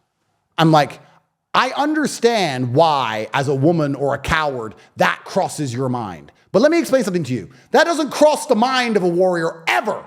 It's not an option on the board. We're playing chess. I don't think I wish my bishop could move that way, because it can't. Whether I'm winning or losing, my bishop operates in a specific way, and I can't make it do anything else. I'm not going to quit and start putting on a dress and talking shit for Globo to save myself going to the cell. I'd rather go to the cell and tell my cellmates why I'm there, because I told the truth, and I caught another case. Where does that noble warrior, self-sacrifice side of you come from? I don't even really truthfully see it as self-sacrifice. I just feel like God has given me this platform, and I like to believe, and I know this is incorrect, that if someone else had this platform, they'd do the same thing. But that's clearly not true, because you look at all the other people with platforms like mine and how quickly they've sold their souls. And if I were to sell my soul, then there's very little hope as it is. Am I going to cuck now? Am I going to give up? That's what they want more than anything. That's what all of this is about, to chop off the head of the general. They want to destroy my life to stop anybody else being brave. Remember that top G guy? He had it all going for him, didn't he? He had all that money, flying around the world, living on a yacht. Everything was fine for him. He spoke too much. Listen, you're doing well right now. It's not worth it. Look what happened to that guy. He's still in jail. That's what they want to do. I couldn't live with myself if I shut up. I couldn't look in the mirror if I am quiet. But don't you have some trepidation about your three strikes theory, because strike 1 and 2 have already happened and the third strike is the end, isn't it? Well, maybe to make myself feel better, I've come up with this cope. But my 3-strike theory is correct. The first thing they do is discredit you and cancel you. The second thing they do is try and put you in jail. The third thing they do is kill you. As of yet, I'm yet to do a long stretch. So I feel like we're halfway through life 2. They'll give me 10 years first. So I kind of feel like I've still got life 2 kind of left. I've got things to look forward to. The cockroaches are waiting in a line with their antennas in the cracks for Top G to come back. So after my 10-year stretch, I'm sure I'm far more likely to get shot in the head. But for now, I thought my 10-year stretch began yesterday. I truly did. Yesterday was all about putting me back in jail. It wasn't even really about extradition. The UK government was saying, okay, we want him for this bullshit. We know you have a domestic case going on. So if he must stay in Romania, to make sure he doesn't avoid extradition, can you please make sure he stays in jail until he is extradited, which could be years. And the Romanian government declined and said, no, he's a free man until he is extradited. So a Romanian judge saved my life, effectively. But it's very interesting to be sitting in a room and there's people talking a foreign language and your life is being decided. And then I left jail. I left the courtroom, and I wasn't particularly positive or negative. I had absolutely no idea what even happened, to be honest, because I don't speak Romanian. And I don't know. I don't even know what was being said. And I walk out, and I look at the camera, and I smile, and I wink. And that picture's gone viral. That wasn't because I was necessarily happy. It wasn't because I was positive. That was because they don't want me to smile. The whole point of this is to humiliate me and bring me down. But I smile anyway. That's my resistance. My resistance is, ha ha ha, I'm still happy. If I go to jail, I'll dance around with my brother and he'll call himself a tough guy and we'll smoke cigarettes. That's what's going to happen. He's going to sit there and slick back his hair and say, I'm a tough guy. I don't care about it. I'm a tough guy. And we're going to laugh and it's going to be stupid. And that's how you resist these people, because there truly is evil in the world. And we've just discussed in all the ways the system is broken. So I corresponded with Julian Assange when he was in the embassy. Do you think that was a possible outcome for you? Isn't Assange's fate being decided right now? They haven't decided formally and finally yet. They're trying to get him to America where he's never going to get out. Yeah, I know.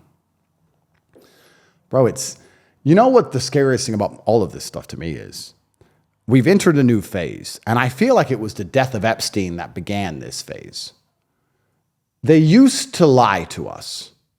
The game used to be poker, where they would bluff and they would lie, and you didn't know their cards. And using the MSM and keeping people deceived and using elements of deception, elements of confusion, conflation, lying by omission, keeping people divided, black, white, Republican, Democrat, etc. They could pretend their goal was not to enslave humanity and that they did care about the truth and you were free. But then they had to kill Epstein, which is a whole nother rabbit hole. And they knew that we would know that they did it. And I'm sure they sat there and had conversations and thought, we can't just kill him. He's in jail. They're going to know we did it. And eventually they said, you know what? They are going to know we did it. Let's see what happens. We ain't got any other choice. Just like I said earlier, if the outcome is certain, let's get it done. And they killed him. And they realized, oh, some internet memes. Is that it? Okay, well, let's change the game now. Instead of pretending we're not going to do these things, and instead of lying and going through all this garbage and pretending we care about freedom, why don't we just admit to everything we're going to do? And the game will change from poker to chess, because in chess, you can see what your opponent's going to do. The question is, what can you do about it? Everyone at home with a functioning mind now understands what they are going to do, what they are trying to do, and what they are currently doing. The question is, what are you going to do about it? What can you do about it? The lie's gone.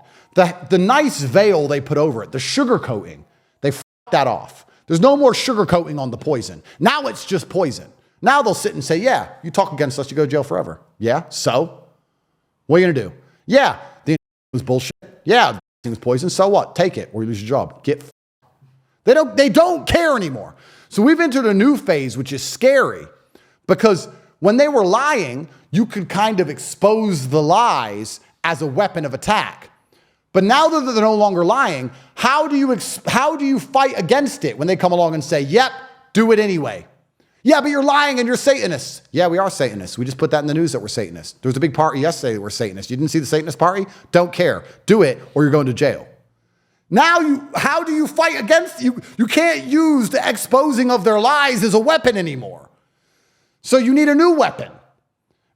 And that's the pertinent question of the next 20 years. What is that new weapon? Because I see people exposing them on the internet, and I'm trying to do the same. And yeah, it's the right thing to do to try and wake up as many people as possible. We need a global awakening, of course. But they're not even really trying to hide it anymore. None of these Satanists hide their Satanists. None of these governments hide the fact they'll lock your ass up if you piss them off. None of these people hide the fact, the feds don't hide the fact they'll take all your belongings and they'll raid your house and they'll destroy your life. No one hides the fact the justice system's broken. No one hides the fact the medical system's no one hides the fact the border is wide open. No one hides the fact there's illegal immigration. No one hides the fact that you can't afford food anymore. I saw Tyson Fury's Instagram post. I don't have Instagram, but I saw it on Twitter. And he was shopping with his wife, and they were making jokes about shopping and buying the cheaper things because he said, I just bought a Lambo. I should be cheap on the shopping. It was just Tyson Fury being funny. He's a big guy. He can fight. He's also funny. And he was talking about buying a discount chocolate spread because the Nutella was too much. And I was just watching this on Twitter half an hour before I got here. And it was £6.10 for a jar of Nutella. I'm a millionaire, and even I'm like, £6. That's not meat. That's not protein. That's not even real food. It's sugar. It's sugar condensed with flavoring. It's £6. You could live for a week. That's £6 is like $9, $10. 20 years ago, you could go into a reputable store with $10 and buy eggs, rice, bread. You could live for a week. You can't even buy Nutella. They're not hiding the fact that inflation's out of control. They're not hiding the fact that the money's a lie. Not hiding the fact that the banking system's a lie. Not hiding the fact they're trying to put me in jail, opening up old cases that were previously closed. They don't give a shit. Now they're like, we don't have to go through all this boring hiding part anymore. How about this? We're going to all of you. We're going to use AI to enslave you all. By 2030, you're going to have no cash, CBDCs, an electric car, which is only allowed to operate in certain areas, a 15-minute city, and a in your ass. And you're going to take it because you haven't got a choice. And I'm sitting here going, knowing that we have so few years left to even stand a chance of resistance, I guess this goes back into the thing we were talking about earlier. Can I be quiet? Could I live with myself in 20 years from now? I'll always be one of the rich guys. I'll always be okay. I'm in the top 0.01%. All the enslavement comes and it starts on the peons and the peasants. I'll be somewhere. I'll be relatively free. I'll have a nice house.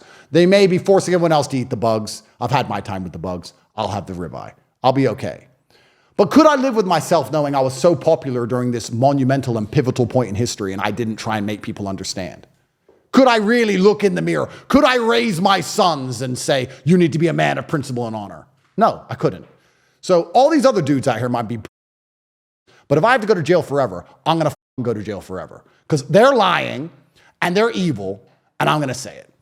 Yeah, they're completely in your face. When I was researching my book, Who Killed Epstein, I found out that in that jail from the 1970s when it was started, never have two guards simultaneously fallen asleep on the same shift and the camera's gone out at the same time. It's ridiculous. But going back to your sons, did it hurt that they couldn't visit you? My children are quite young, all of them, and I don't think they truly understood what was going on between the ages of 3, 4, 5, whatever. They don't really understand completely, which I guess is a good thing. My lack of visits didn't really upset me that much. I mean, I wish I had visits to kill the time, to burn the time. But as long as I knew everybody was okay, I was okay. For me, it was more about making sure they were okay than anything else. I thought it was petty of the prosecutors to not let anybody come and visit me. But it's his prerogative, I guess. He enjoys it, I guess. But now I analyze it. If I could have taken visits, would have I even allowed my children to come? I'm not sure. Once I got things in a row, once I got ducks in a row, I felt much better. And everyone at home needs to understand that when you're arrested, quite often they freeze all your banks, they take all your money, they take your car, they take all your watches, take all your gold, etc. Whoever's left on the outside that you were previously taken care of is now financially destitute. And they do that on purpose so that you can't defend yourself and you can't afford a lawyer and you can't afford bail and you have to drag in other people and borrow money and just make a mess of everything. So that was a big mess for me to solve. And once I'd solved that, I felt a lot better. I'm not sure if I would have seen my children, even if I had the chance. I probably would have accepted visits from somebody else. All right, even though that you didn't, you've got Tristan and with you, that's boosting you psychologically.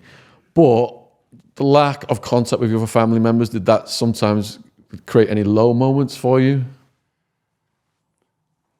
I'm very fortunate in the fact that I don't believe in depression. So because I don't believe in it, I can't be it because it doesn't exist inside of my realm. We talked about software. Well, imagine your mind as a chessboard. There are certain moves that can be made, and you don't often think about the moves that you can't make. If you're sitting there and the timer's on and it's your move and you're losing a game against a grandmaster, you don't sit and think, well, if a rook could do anything it wanted, where would I move the rook? You don't think that way. You think, what can I do within the confines and parameters of this game? And my mind software does not have depression built into it. So within the confines and parameters of my mind, I will feel the way which I think is most appropriate to the scenario. And I'm very fortunate that depression is not inside of my database. Okay, so I can't feel, I mean, do I ever feel low? I feel frustrated. I feel angry. I can feel constrained. I can certainly get a degree of anxiety due to a mental claustrophobia of parts, of types. do I feel low? I don't feel low. Forget the depression stuff. I'm trying to get into your heart. I understand. So for example, I've got a 6-month-old son. If SWAT team comes to my house tomorrow and I'm away from him, I'm going to start feeling it's going to break your heart. Yeah. Did you have that kind of a feeling? It is, but perhaps I'm a weirdo, perhaps. But most of my feelings at the lower end of the spectrum all express themselves as anger. They're all anger. Like, if my heart is broken, I'm mad. If I'm sad, I'm mad. If I would be low, I'd be mad. It was like I was frustrated. It was all just one massive frustration for me. And that would absolutely break my heart. And I guess if I was there for years and years, I would have had to see my children, of course. But it was a frustration that I felt. And I famously said, tears ran down my face, but I did not cry. Because I was very, very frustrated. I felt stupid. It's kind of like if you try and do a crossword puzzle and you get stumped. And you're just like, and you feel annoyed at yourself, and the timer's on, and there's word, and you've read the clue, and you know the word, but it's not coming to your mind, and you feel dumb. Or if you're trying to learn Finnish, another language, and they're like, okali gloopily gloopily, or whatever. That's what Finnish sounds like. And you can't quite say it, and you get mad at yourself. I felt frustrated. I was like, why can't I get out of this room? Like, what is going on? The door is there. There's taxis outside, and I live 20 minutes away. Why can't I get out of this room? Am I an idiot? Why can't I get out of this room? Because a prosecutor said I put a girl on TikTok? That can't be reason to keep me in this room. There must be a way out of here. That's how I felt. I was just flabbergasted and frustrated and not confused, but I couldn't accept this reality that I'm stuck in this room because of something so asinine. Was that for the whole duration, or did that calm down? That was perhaps the beginning when I felt best, because you can't be sad when you're mad. Perhaps some people can, but I can't, because you're ready to fight. And then about a month and a half, 2 months in, I'd been to court a few times. You know. What's the protocol to go to court? Do they come and chain you up and put you in a van, that kind of thing? Yeah, so you get a piece of paper saying you have court the next day. And then you go to sleep. You wake up. They knock on the door. They take you out. They put you in handcuffs. They search you. They come. They put you in a van. Blues and twos through the city with the van. They come. They take you out in front of the whole media. They perp walk you. Take you into this court. And then you have to sit and wait for your turn in the court. And often, sometimes that's hours. Romania has a whole bunch of files. I don't know what it's like in most judicial systems, but I understand the judicial system here is basically overloaded with files. It was kind of funny, actually. This was about 2 months in, and we found out we had court on a Monday, and I was sure we'd be getting out soon. I was like, Tristan, they've kept us here for 2 months now. Everyone doesn't believe it anymore. The internet's finally realized this was a scam. At the beginning, people are like, maybe, and they're 2 months in, they're like, this is bullshit. There's no growth. The news is even on our side. The Romanian news was on our side. Everything was on our side. I was like, bro, we're getting out on this court date. Tristan goes, nah, Matrix attack. We're not getting out. It's like, Tristan, I think we're going to get out. I have to be positive we're going to get out. And court's Monday. It's now Friday afternoon. We just have to get through the weekend. Monday, we're home. He's like, all right. So we're going to Aikido the weekend away. So that was the longest weekend of my life. I'm training, I'm cleaning, I'm bleaching the cracks, I'm doing all the normal things, but time is just not ticking because I had some hope for this day we were going to get out. Sunday night comes. It's about 9 p.m. Tristan goes to sleep because Tristan doesn't give a shit. He didn't care. And I'm laying there wide awake and I'm staring at the wall going, tomorrow morning's court. And I'd prepared a speech of what I was going to say to the judge. And I was practicing it in Romanian so I could say it in Romanian, because if I have to say it in English, I have to go through a translator, and the translator ruins all the emotion. They don't even understand what I'm saying. I'm sitting there, 9 o'clock, 10 o'clock, 11 o'clock, 1 a.m., 2 a.m., 3 a.m., 4 a.m. I'm still wide awake. Sitting there, 5 a.m., 6 a.m., couldn't sleep. Eventually, 10 a.m. rolls around. They come, they drag us out. Finally on our way to court, take us, put us in the police van. I get back to the police van with Tristan. I'm like, have you got your speech prepared? He goes, yeah, I know what I'll say. I was like, okay. Go there, get to the court, stand there, waiting. waiting like 2 hours in this alleyway, this hallway outside the court where the prisoners wait. And it's cold. It's January. It's freezing cold. They had no radiators. We're sitting there shivering, just waiting. Eventually, they take us into the court, and the person's case from before us was still going on as they sat us down. And it was a guy who got busted with a bunch of, and when they busted his, they also went in his house and found his laptops, and on his laptops he had. So my man's in trouble. So I don't understand exactly what's being said because I don't speak Romanian, but I see on the projector kilos of, and I hear them talking about cocaine, traffic narcotica. Romanian's Italian. It's kind of, Romanian's Latin. It's kind of like Italian, the language. So I understand basically what they're saying, and they're talking about Kopi, et cetera. But Tristan speaks Romanian, so I lean over to Tristan in the dock, and I said, Tristan. He goes, what? I said, what did this guy do? And Tristan goes, Matrix attack. And for some reason, you know when you laugh in school and you're not supposed to laugh? For some reason, I just didn't expect him to tell me, because this guy who is guilty as sin with pictures all over it, Tristan just goes, Matrix. And bro, I was trying to hold in laughter like I've never held it in before. And the judge looks at me, stares at me deep in my eyes, and I'm like a dumbass. And I think she saw a fraction of a smile. And I'll tell you why. When they kicked that guy out, we had our shortest court date ever. We didn't even get a chance to talk. Nothing. She was just like 5 minutes in, no, jail, bye. We went back. I was like, Tristan, I've been awake for a whole weekend. I couldn't sleep. I wrote a speech. I was dreaming of this day where we were going to get out. And you made me laugh with your joke and ruined everything. And he just goes, I'm a tough guy. It doesn't matter. I'm going to sleep. Didn't give a shit. So people who've got that kind of charge, do they get dealt with? Oh, they get dealt with. Any stories? The Romanian state hates drugs. They're big on drug crime here. If you get caught dealing with drugs or moving drugs around, you're in a lot of trouble. I think America can be similar, but England isn't so harsh. But here, if you get caught dealing with drugs, you're gone. Because drugs have not completely destroyed society yet, and they're trying to make sure it never does. So a lot of the people who are in jail are on drugs charges. What about adults who harm women and kids in that way?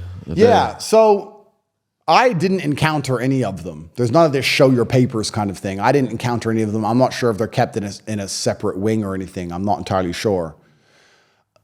I don't know how it works in Romania, because although I live here, I'm not Romanian. From what I understand, and I could be incorrect, so please don't quote me on these things, but from what I understand, if harming children, of course, is highly illegal and you're in trouble. But I think domestic disputes, unless the woman is seriously injured, aren't punishable by jail. I believe, and I've heard, that if you're married to a woman in Romania, unless she requires hospitalization, the punishment for physical violence is only a fine. I understand. That's what they say. She's your wife and she pissed you off and you slapped her, so she's your wife. It's your problem. They don't care about that. So unless you kill a woman or mess with kids, then you're going to go to jail. But I didn't encounter any of them, but I don't know if they were kept in a separate wing for their own protection. I'm not sure. They might be. Did you philosophize on time? And what I mean by that is everything takes hours or days, doesn't it? Versus you're in the free world. It's all like right now. You want to see a doctor. You want to, do this, get your commissary, hours, days. Did it teach you patience, perhaps? Did it slow you down? I think it highlighted the inefficiency in most things. I mean, the prison system's not an efficient system. Neither is the judicial system. It's not efficient. There's no motivation for efficiency inside of a judicial system. In a company, you optimize for efficiency to make money. Or in the outside world, you optimize for efficiency to save your own time. But why would a judicial system be quick? Unless, I'm sure they lock up people when they really have to, but in general, they don't really care. They're fine for it to be slow. Even currently now, I'm going to court. I still haven't got a trial. I'm still in the preliminary chamber. They're still deciding if my case has enough evidence to meet a legal threshold for charge. They might say there's no legal threshold for charge after 2 years of rooting my life and just throw the whole thing away. But sometimes I'll go to court and they'll go, oh yeah, okay, postponed. And they'll just delay it another 2 months. It's crazy. So yeah, you do have to learn patience, but did I feel like things were happening slowly? Yes, but I feel like it just makes you more organized in some ways. You wait half a day to go and see a doctor, and then there's a lockdown, and they send you back, and then you got to go back the next day. And it goes on and on and on, things like that. But you don't value your time as much. So I kind of, but then saying that, I was very frustrated on court days, because on court days, my whole day would be wasted, and I had to still do my push-ups, and I still had to do my things. And I felt like I didn't have time in the day if I went to court. It ruined my day. They woke us up at like 10 at night. We would go to court for the next day. So we've been holding cells all night, waiting for the judge the next day. Wow. But forget the cockroaches, forget the violence, forget the food, forget all that. The worst thing about being on remand is the uncertainty of not knowing what is going to happen to you. I was on remand for 26 months. It was like a vice tightening around my skull. Every month court, every month it's getting worse, every month court. The future of my life rests in the hands of the prosecutor, the judge, like 3 people, the rest of my life. Yep. And you're still going through that. Yep. It's like the sword over your head. How do you deal with that? Because forget the conditions. It doesn't matter the conditions. This is the worst thing. It drives people insane. Absolutely, no doubt. You're completely correct. If they would have told me on my first day, you're going to be here for X amount of days, I would have been upset about it for about 2 days, and then would have got on with it and enjoyed the experience of how long I'm going to be there. But when you're there and they go, you might be out next week, you might be here like that guy for 7 years. You're like, what? How can I plan for this? How can I prepare for this? How can I prepare financially? How can I organize my children's schooling? How long am I going to be here? And it is that uncertainty which certainly can absolutely eat you away. And I feel like that's why I started to feel better during Ramadan, as crazy as that sounds, because although I've been in jail for longest by this point, I started to fast, and I was reading the Quran, and I was praying, and I felt strength in understanding that none of this was up to me anymore. And coincidentally, I was released pretty soon after.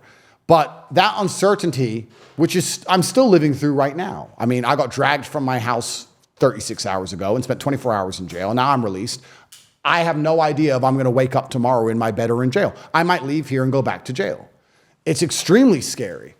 And it does give me urgency with some things. It also gives me very little patience for other things.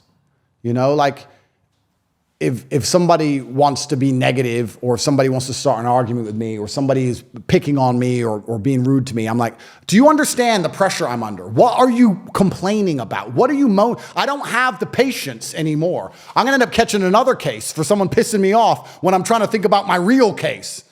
So yeah, it's scary. Most people have no idea what it's like to live under that kind of pressure. Whenever I complain about something, my partner says to me, Sean, you were facing 200 years. Yeah. How can you complain about this? Yeah. But on Rob Moore's podcast, you said you were expecting a UK indictment. Earlier today, you said you've steeled yourself to do a 10-year stretch. Have you adjusted your expectations so if that does happen, then you're ready for it, would you say? Well, I guess this all goes back down to what we were saying at the very beginning about governments and law. If law is real, the chance of me going to jail is 0, because I'm innocent, because the indictment's fake, because the evidence is fake, because the translations are fake, because the accusations in the UK are garbage from 12 years ago with no medical evidence, no pictures, no videos, nothing. If the law is real, my chance of going to jail is 0. Then you have to ask yourself, is the law real? Is the law fair? Is the law Alice in Wonderland? Well, absolutely. Then you have to analyze even deeper. Like we talked about Japan earlier. And I'm not insulting the Japanese. I'm just saying how their system works. Would the system allow an innocent man to go to jail to restore faith or to prove a point? Or like, do they care more about my freedom, or do they care more about the optics of being right and teaching me a lesson? What's really their concern when they go to bed at night? They don't give a shit if I've done it or not. They don't care if I'm innocent or guilty. They don't care. Loads of innocent people go to jail. So why not this high-profile innocent person go to jail? Teach them a lesson. Teach everyone else a lesson. Tell them not to get too big and talk too much truth.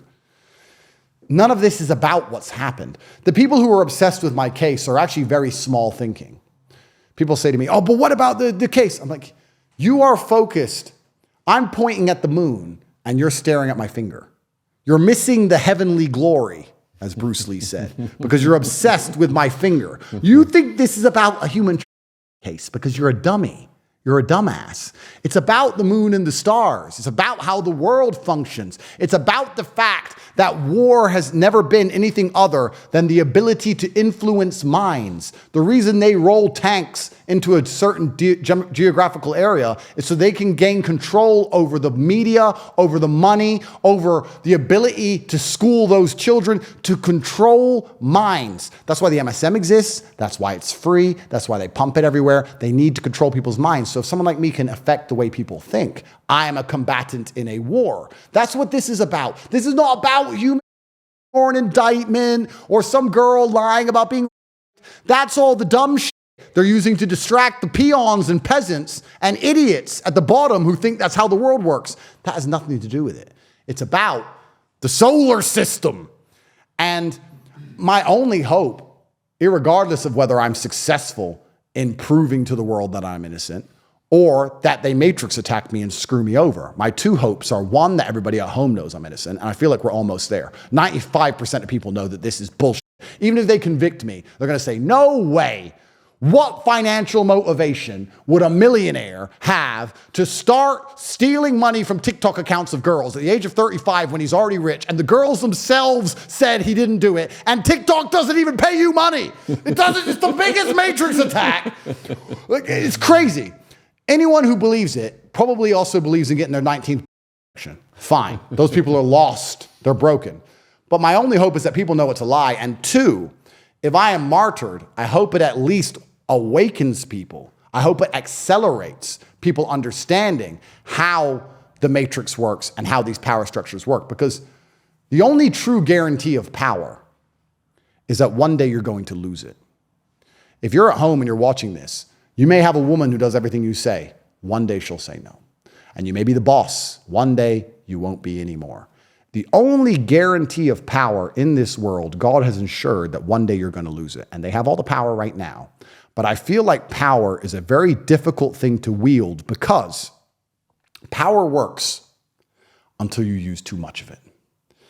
If there's a protest in any city in the world, they deploy the riot police. And the riot police contain the protest. If the protest continues to grow, the riot police come and they use the water cannons. And if it continues to grow, eventually the riot police in many countries are ordered to fire on the civilians. Once they do that, every single time, civil war. And every single time the power changes hands. If you use too much power, you awaken people to the fact that you can't be trusted with power. If they lock me up, they're just going to awaken to the world that they can't be trusted, that no man is safe under the legal system, that you're not safe to ever have had any sexual partners or encounters in your life ever. You're not safe to have an opinion. You're not safe to tell the truth and stick up for your children. All they're going to do is show their cards that they're deceitful, satanic liars. So if they put me in jail, that is going to be a problem for them. Not just me, for them. Now, in their hubris and arrogance, they don't care. They don't see it that way. They're like, yeah, it'll be fine. Lock him up.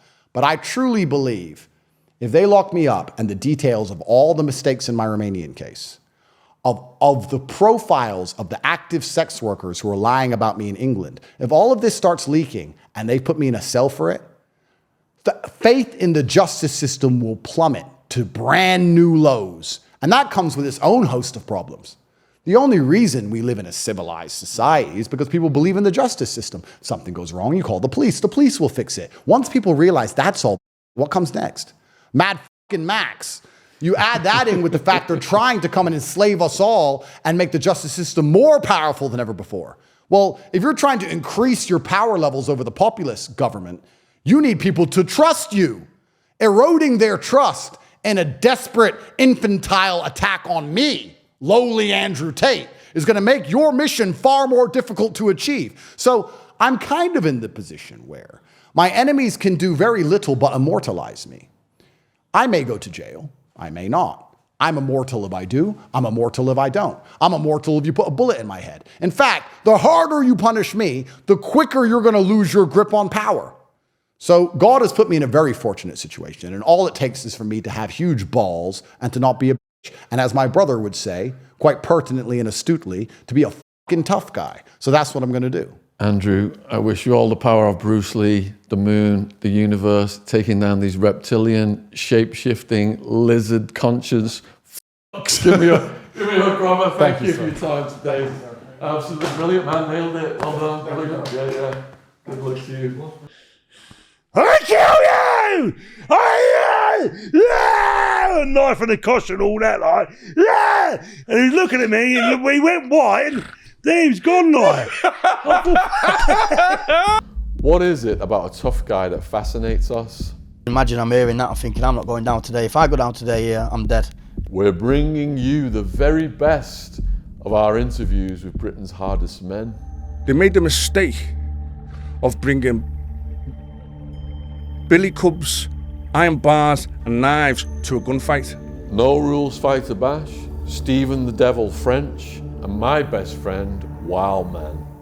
Over 2 hours of terrifying tales of punch-ups, stabbings. That's what happens in that world. You leave people long enough, they get enough rope to hang themselves.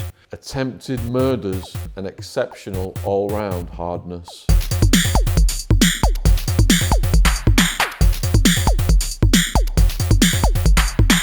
If you're looking for a gift, my new book, Sit Downs with Gangsters, is available worldwide on Amazon.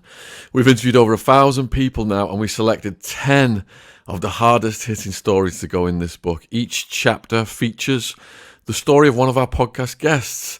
Those stories are Shane Taylor, Knife Maniac's Redemption; John Elite, Mafia Hitman for the Gambino crime family; Joey Barnett, 35 years in UK prison; Ian Blink MacDonald, £6 million bank robber; Chet Sandu, Asian smuggler in Spanish Supermax; John Lawson, the hit team commander; David Macmillan, international smugglers Thai death row prison escape; John Abbott, San Quentin prison shootouts and escape; Michael Francis, Colombo crime family capo portrayed in Goodfellas; and Wildman, English enforcer in Arizona prison. Link in description box on YouTube, available worldwide on Amazon. Also, my next book, Untouchable Jimmy Savile, is getting published in December 2023. So check that out as well. It will be available worldwide on Amazon. Thank you for listening. Cheers.